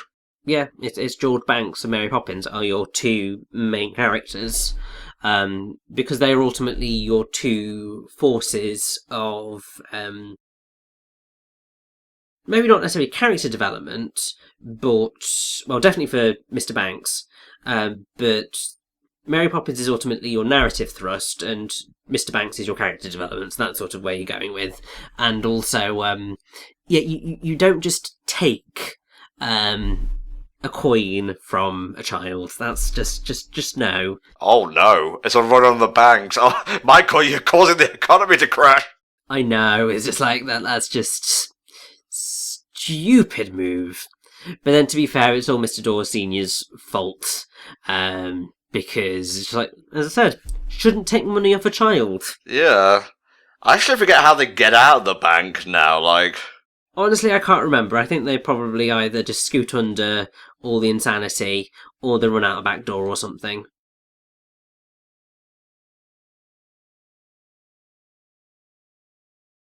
Jesus. I forgot how chaotic this actually got. I know, and the hilarious thing is that if things like that happened in this day and age, I think somebody would lose their job. Someone would get fucking shot, mate.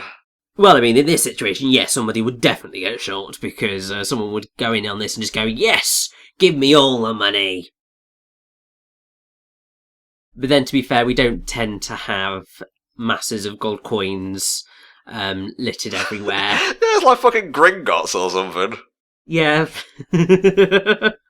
Part of me wonders if this whole scene was the inspiration for J.K. Rowling, to make Gringotts and whatnot. Perhaps. Some gorgeous scenery from here on out, I gotta say. Oh, definitely. Although part of me is just like, kids, why would you run towards an alleyway which is clearly dangerous? Yeah, well, you've seen the upper class, bit of the middle class, now we see the working class, parts of the world, which contrasts beautifully with the rest of the film. Oh, definitely, and also, that dog was totally not filmed on a different set. The only kind of acceptable blackface. Yes. Yeah, it's Bert. I'm sorry, Bert, you look like a demon.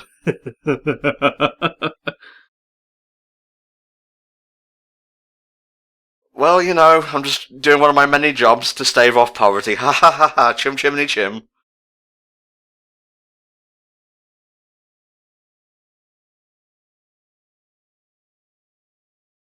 I mean, there's maybe not the best thing to be saying, considering, they're a bit pissed off at their father right now. Bert's good. I think he'd be a good guardian. He'd look after him. He seems like he could throw a mean punch, could Bert, so no one will give Jane and Michael shit. And if you notice, this is a really cool thing that I also didn't notice. They're upper class, he's working class. No social divide.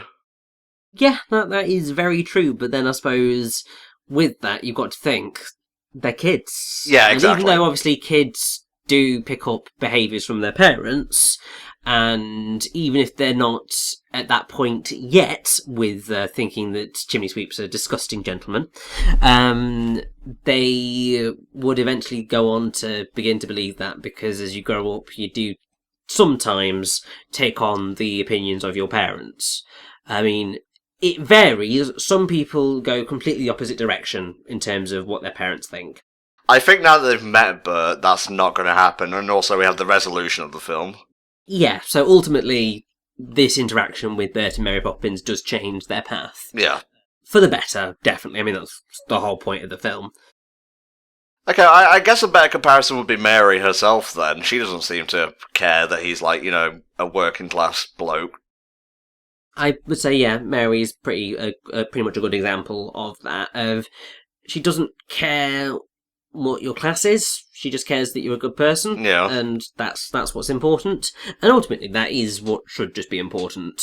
And while I would say that the UK, anyway, is getting better at not having so much of a distinctive class divide. You sure about that? It's still there. It's not it's definitely not fixed. Mate, it was one of the fucking causes of Brexit going through in the first place. Exactly. But I would say that it is arguably better than it was in, say, Edwardian times, because it's not quite so disparate in terms of the poor working class are not necessarily going to be sweeping chimneys for a living. But it is still not there yet. You do still have, effectively, the upper class. The middle class is extended quite considerably. Yes. Which is why I would say that, in general, it has gotten a bit better. But I would say that you've then got sort of the working class, or sort of the lower classes, as they probably should technically sort of be called, because working class is sort of not necessarily working class anymore. Sorry, that just all kind of washed over me while I was listening to these wonderful tunes from Dick Van Dyke. I mean, yeah, that is totally true. I mean, Chim Chimney, Chim Chimney, Chim Chimporee is another iconic song. It's Chim Chim Cheroo, you fucking Philistine! No, the song title is Chim Chim Cheree. Oh, well, shit, oh my god. I'll have to hang up my chimney sweep attire, stop talking in a Cockney accent. I don't deserve to be a Dick Van Dyke fan anymore. I know. But what's actually quite fun is that Chim Chim Cheree actually won the Oscar for Best Original Song. Nice. Part of me thinks that really it should have gone to either Feed the Birds or Fly a Kite. But hey, I'm not the Academy.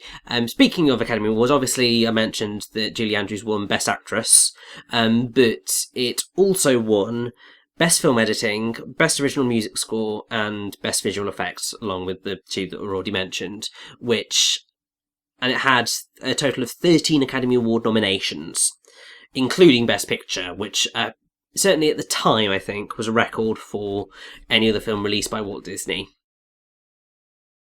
I'm not sure whether it follows through, whether there have been any more recent films that have managed to achieve that, but honestly, I doubt it.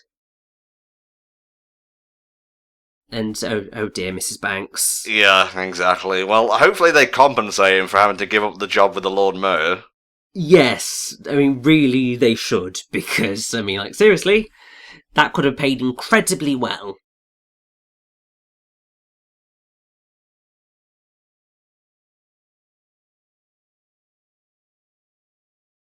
Don't fear the darkness, Jane.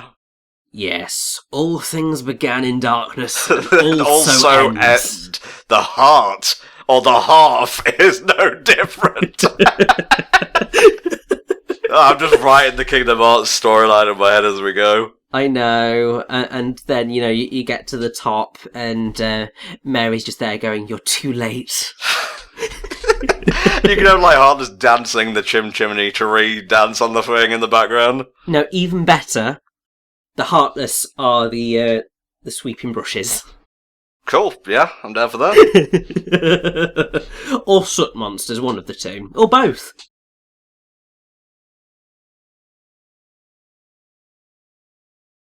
I say that's quite an interesting statement from Michael there. I like chimneys. That sounds like someone who doesn't have a hobby yet. Yeah, like it's one of the things where you just go, are you sure you mean that? It's like that bit on The Simpsons where Bart's like, Mum, why are you always talking about potatoes? And she's just like, I just think they're neat. Oh no. I mean, that's certainly one way to respond to a child getting sucked up a chimney. Just yeah, oh darn.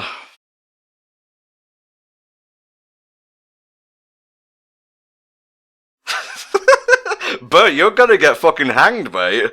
I know.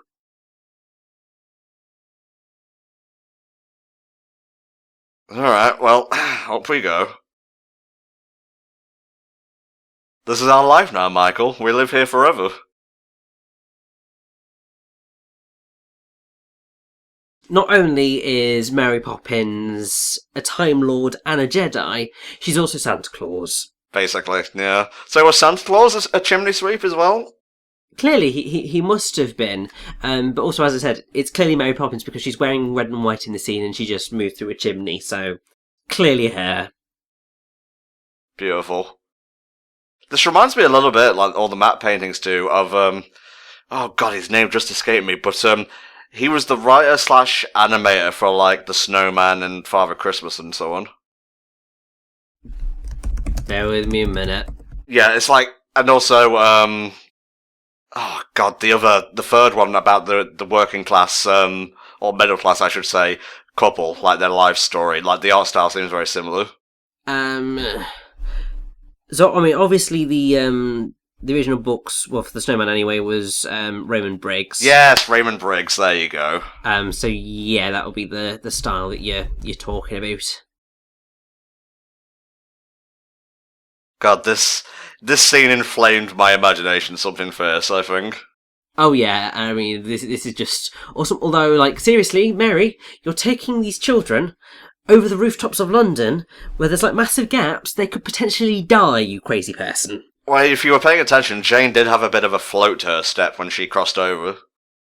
Yes, although I think that's potentially more for the fact of, well, that was really stupid of you, Michael. It's funny, I've been wanting to say Michael reminds me a little bit of a little rascal throughout the whole movie. Yeah, I do definitely see that. Got that kind of rambunctiousness to his facial features, I think. Also, I think that this is a very good thing to be teaching them of keep hold while you're going through locations that you're unaware of. Yeah, the buddy system. Yes. Flow motion activate. Just saying. Don't think it's quite flow motion, because they're just going to walk up these soot steps, but well, smoke steps really. But certainly, if you were doing a Kingdom Hearts version of the Mary Poppins universe, yes, totally a moment for flow motion, sliding up here like an absolute crazy person. So which rooftop are we going to exactly? This is pretty high up. Honestly, I don't know. I don't think any of them do either. They're just going for trying to get the best view over the rooftops of London.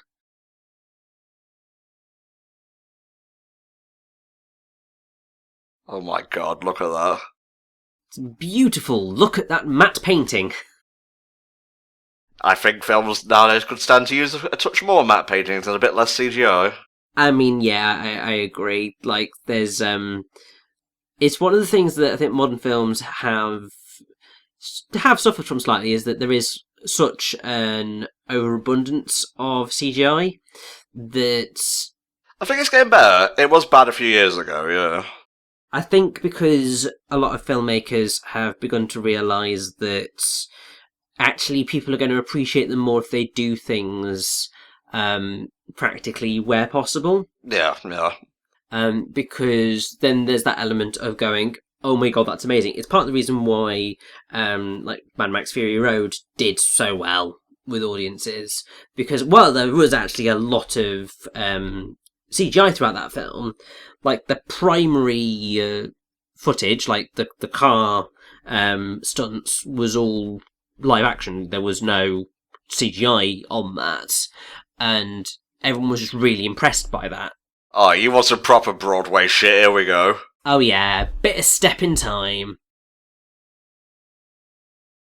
actually, since we're going with this bit of step in time and proper dancing about, so with the original version, well, the stage version of Mary Poppins, a gentleman called Gavin Lee took on the role of Bert.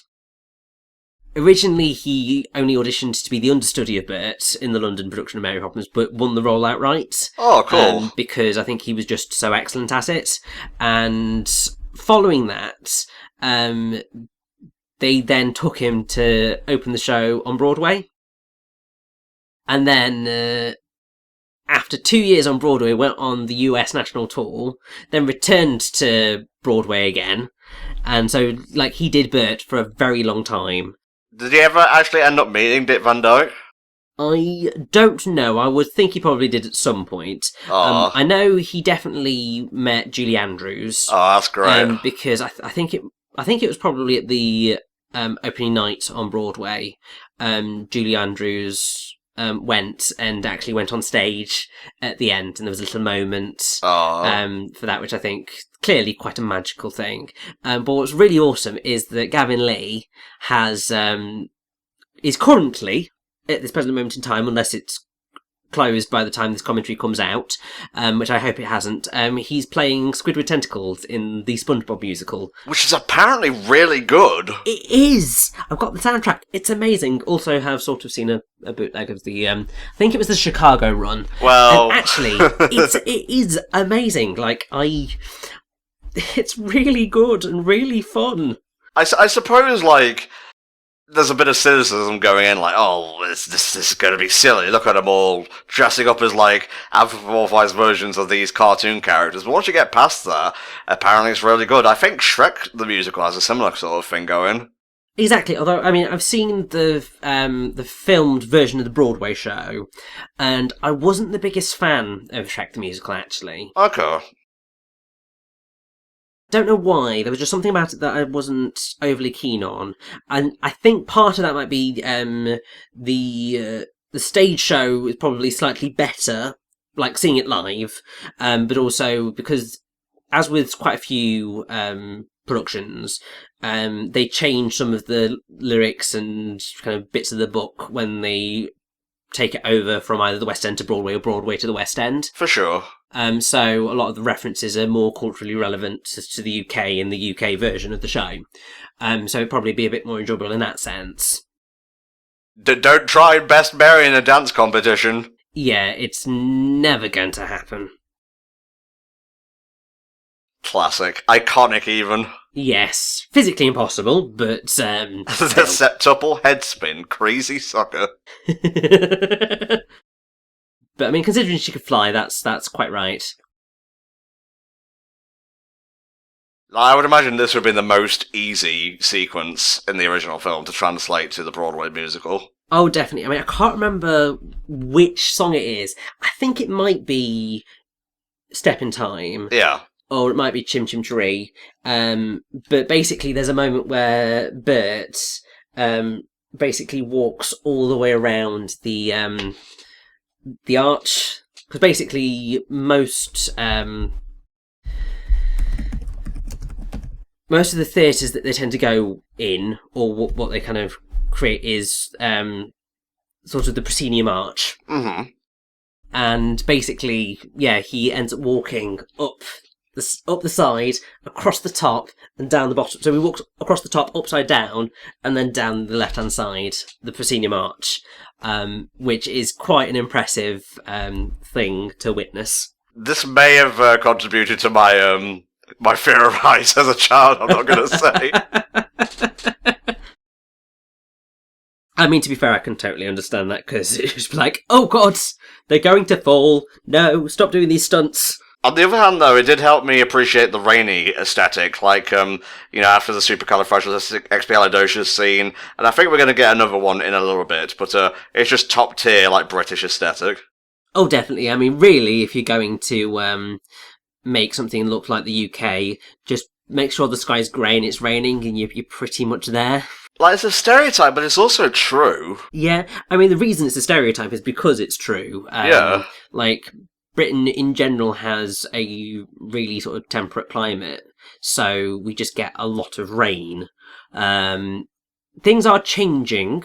Obviously, climate change has changed our climate somewhat, and our summers are getting hotter, and our winters are getting colder, and it's raining a little bit more erratically than it ever used to. Like, I remember sort of when I was younger, like, even though you can never quite tell when it was going to sort of be rainy until it was, like, it would then remain rainy for like a few weeks.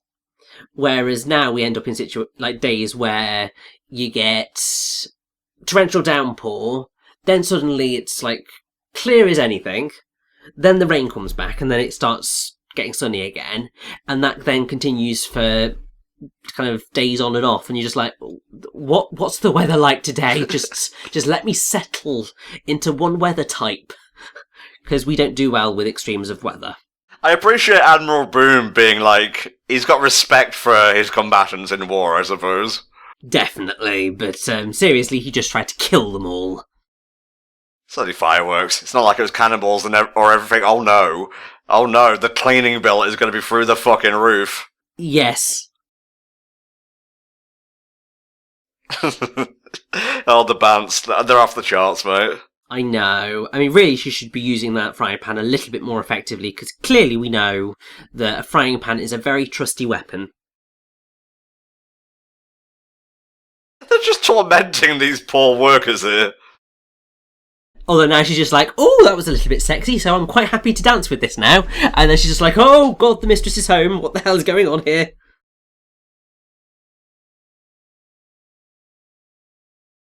Oh, she's in it now. Fair play to these chimney sweeps. They can pretty effectively just leap into any dance number and completely sync up. Oh, definitely. And it's quite nice that everyone else has joined in, and then Mr. Banks just gets home and just like, why are you performing a musical number in my house? It's a bit of a culture shock, really. Yes, it's very much like that moment in Enchanted, where That's How You Know starts, and he's just like, what are you doing? Are you singing? Why are you singing? Oh wait, he knows the words. Why have I never heard of this song? Oh no, he just saw the bad future for Michael staring him right in the face. He's just seen Michael turn into a racial stereotype, and clearly he knows that his son is lost forever. A racial stereotype? You know, the whole thing of we said blackface. It's not actually blackface, but still. Jesus Christ. This has been slightly insensitive discussions of important issues with Tom and Richie over the top of a classic child's film. The most fucking clown shoes song in the whole piece, yeah. It's not serious in the slightest. Oh dear. Jane, you better get fucking upstairs, spit spot. Yes, I don't think that's quite going to end well.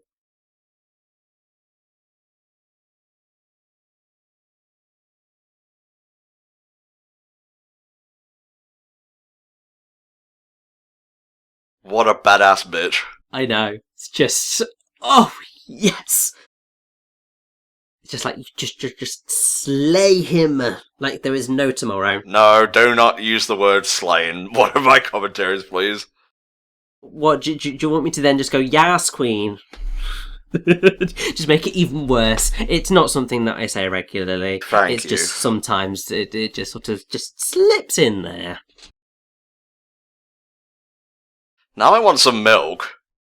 Yeah, I'm not too bothered about milk. Well, I really should just have a drink in general, because I feel like I've been talking for like 2 hours. To be fair, you kind of have been talking for about 2 hours. It's the thing about when you're doing a commentary, sometimes you're just talking, you're just having a lovely conversation, and then you're just like, oh wait, crap, I haven't actually drank anything for like 2 hours. That probably wasn't the best of ideas. I have like a smidgen of tea left. It's like one little sip. Has it gone cold by this point, or is it still just a bit warm? Oh, no, it is pure, like, bone cold at this point. Oh dear.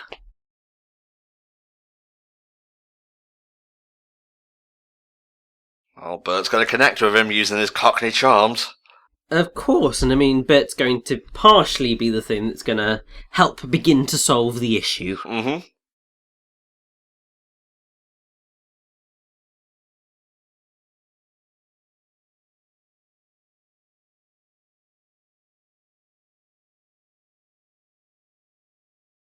I always like this method of stopping mid-song just to, like, monologue a little bit.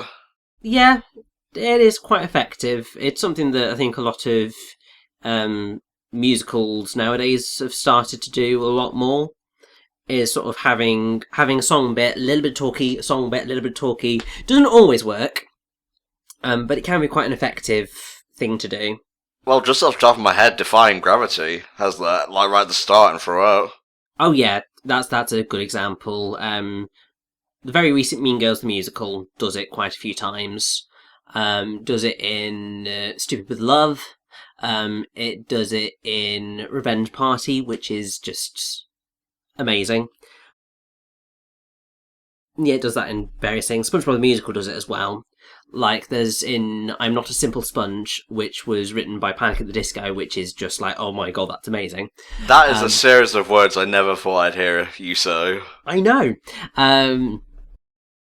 Trust me, it gets even better because there's actually a song in SpongeBob the Musical which was written by David Bowie. Oh.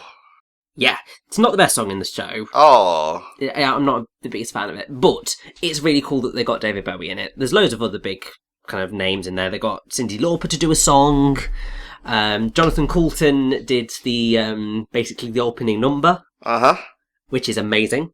Why'd you go Cockney there? Was it Bert talking that influenced you? Clearly, and also it's my voice just going Jonathan Coulton and just trying to remember. It's definitely Coulton. Obviously the guy who did the all of the Portal songs. I was gonna say, yeah. Does Bikini Bottom Day, and that's amazing as well. So yeah, but in I'm Not a Simple Sponge, there's a sort of talky bit in that towards the end, which is maybe a little bit cringe, but it leads into sort of just the most amazing finale. I could get lost in Bert's eyes. Sorry, what?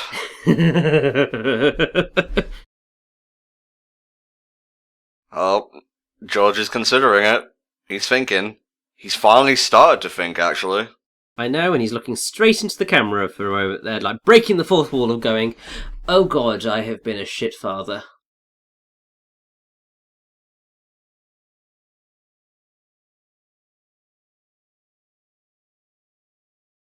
Oh, he's kind of singing his own words back at him. Yep.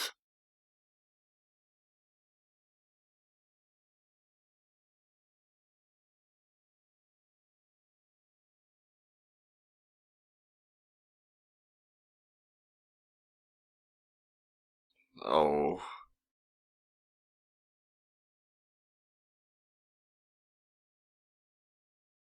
Really serious part of the movie. I forgot it got this real.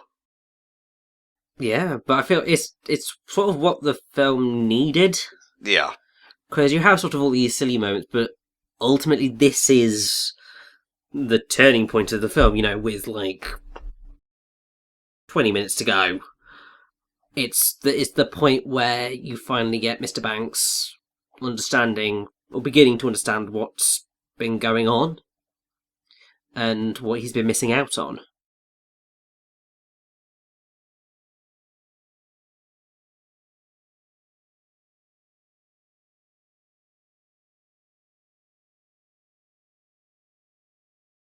Well, Jane, that's all well and good, but the pound is now worth less than the twopence you should have given in the first place, so...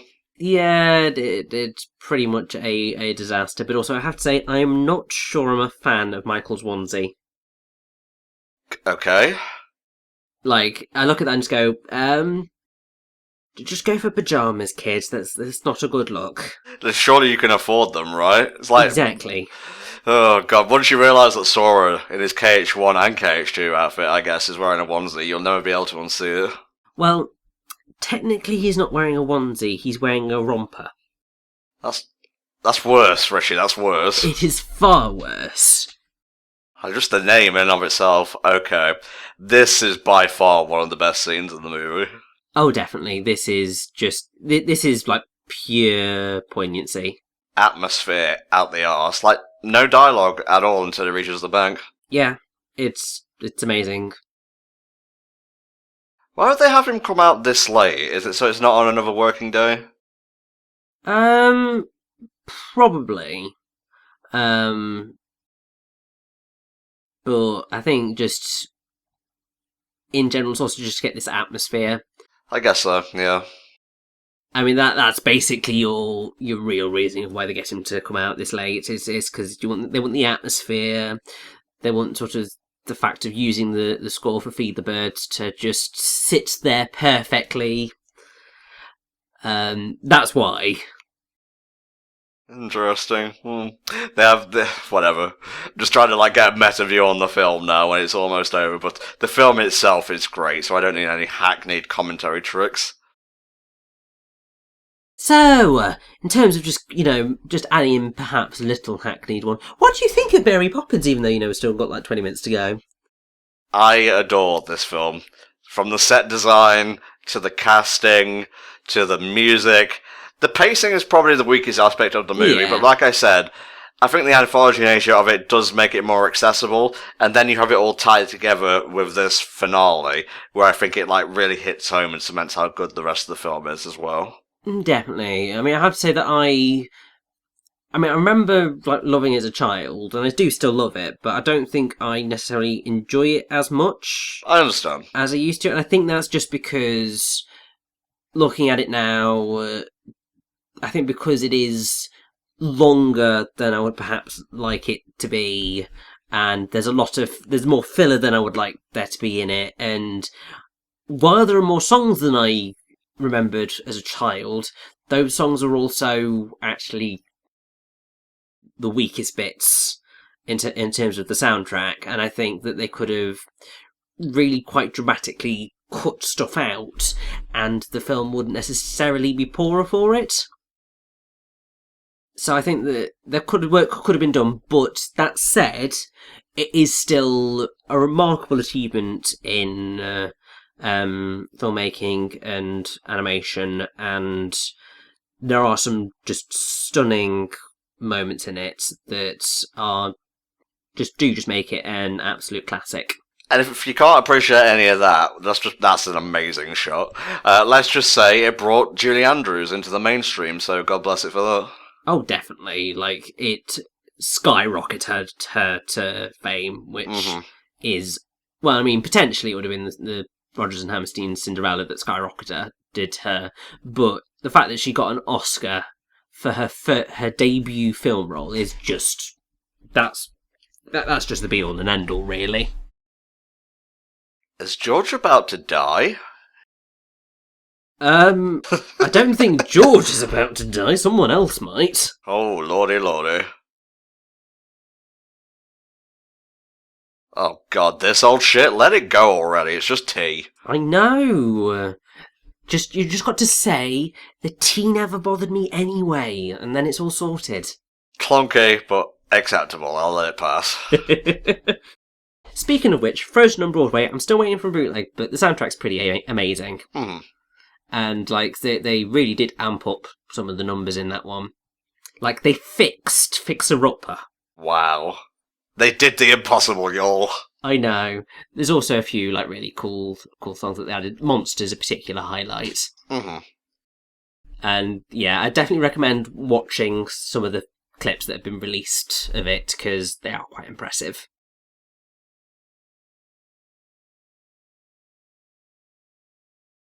Oh no.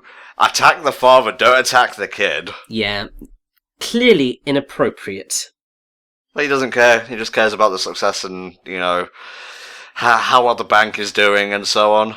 Yeah, and it's a terrible move. It's funny because the Dawes family kind of mirrored George and Michael a little bit. Like, Junior here could very well be Michael, like, had Mary Poppins never intervened. Pretty much, yeah. So, I brought this from home. Anything but that. You're wrecking the umbrella! What if it rains, you monster? Senior is just loving this shit. Not the hat!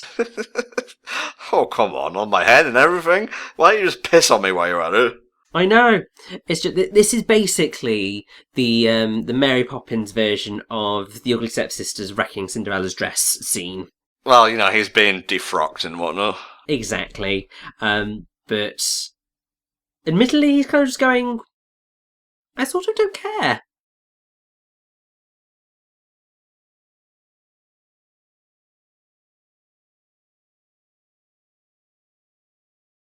Mary's finally gotten through to him, Rich.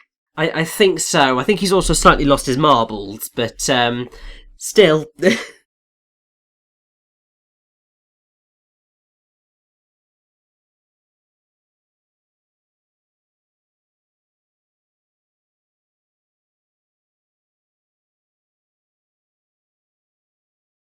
And then he just disappears. I know, it's just like, just destroyed him right there.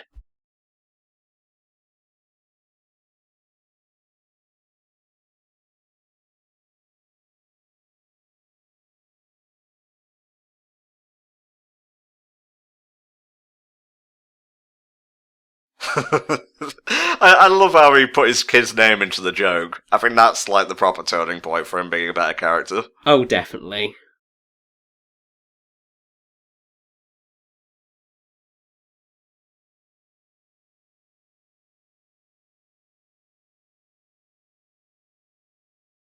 You know, I think Mr. Banks just turned supercalifragilisticexpialidocious into most elements of a sentence there. I think he used it as like an adjective, as a noun, as a verb, and so on and so forth.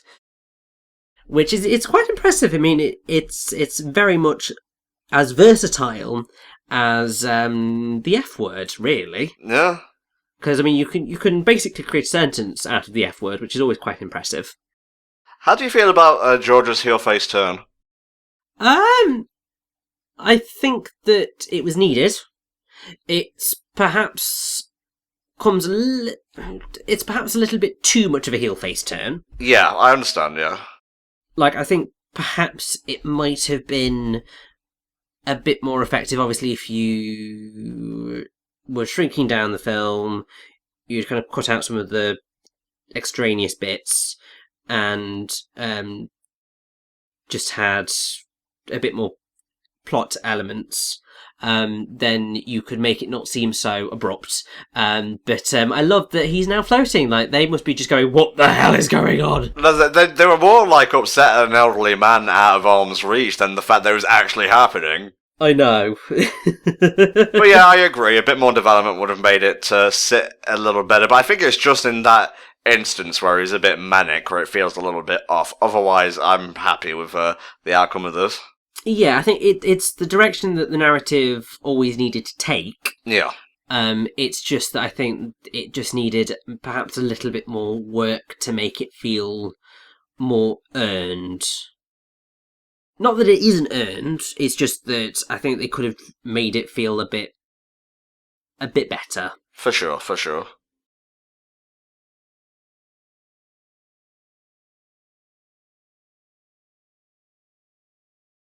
So where did he go all this time? Like, I didn't put two and two together and realise he'd been missing all night before. Now, honestly, I can't quite remember, but if I recall correctly, he spent kind of most of the night doing what he's going to come through the door with. Okay. I think.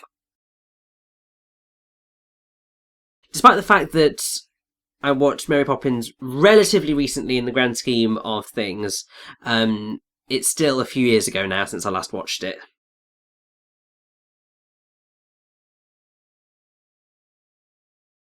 There he is, looking as dishevelled as the day he was fired. Yep. Huh. Slightly really dark right there. Oh, George, you didn't jump in the river and commit suicide. Splendid. Absolutely spiffing. Yes. Quite a dark ripple to add in at this late stage.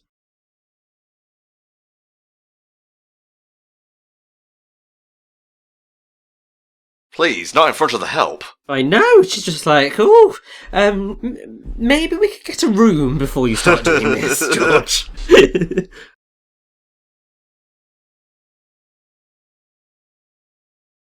Oh, so he was here the whole time? Yes. Okay, that I never got. Like, I saw a door opening as a kid and thought he'd just come through the front door. Yeah, but it's more from the cellar door.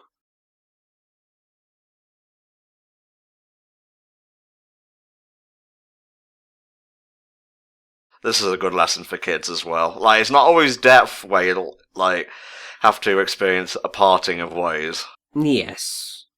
And also the whole thing with... Oh yeah, there we go. He spent the time fixing the kite.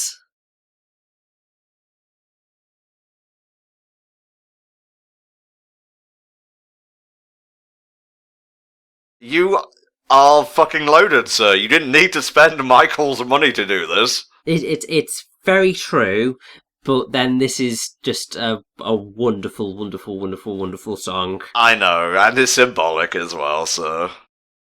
I mean, Let's Fly Kite, just another wonderful song. I'd say, yeah, this is probably also one of the best songs in the film. It's... I'll do mine. This, Chim Chimney Cheree, and probably Supercalifragilisticexpialidocious. Mine would probably be Let's Go Fly a Kite, Feed the Birds, and Supercalifragilisticexpialidocious. There you go. I think those are my top three. And actually, this particular song is also a really, really wonderful moment in Saving Mr. Banks. Because they present the creation of the song, or at least the Sherman Brothers presenting it to P.L. Travers. Ooh. And her actually quite enjoying it, and it's a wonderful, wonderful, wonderful sequence. Let me guess, that didn't happen IRL. I don't know. Probably not. Probably a little bit fanciful, but this is such a wonderful, happy song that it wouldn't surprise me if it she did maybe like that one a little bit. Man, he is just a jack of all trades. He really is. It's why he was being the one-man band at the start, because he literally is a jack of all trades. Isn't that like the same design of the fixed kite, like at the top though? Well, the thing is that obviously they bought the kite, which is clearly one of those types of kites, but obviously he fixed it. Oh yeah, of course. Silly me. I don't know if you've ever tried to fly a kite, but it's not as easy as they're making it seem here. No, it's really not that easy, and also I have to say, having this many kites in the same vicinity would be pretty much an absolute impossibility. Glad everything worked out. Aww.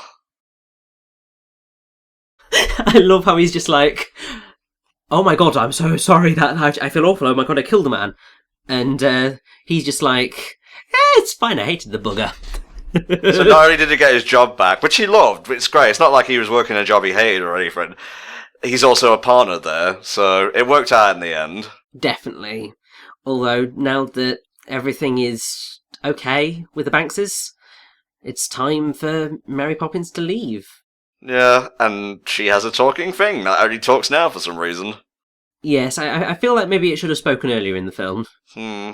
Make it make a little bit more sense here, but still. It's a decent animatronic.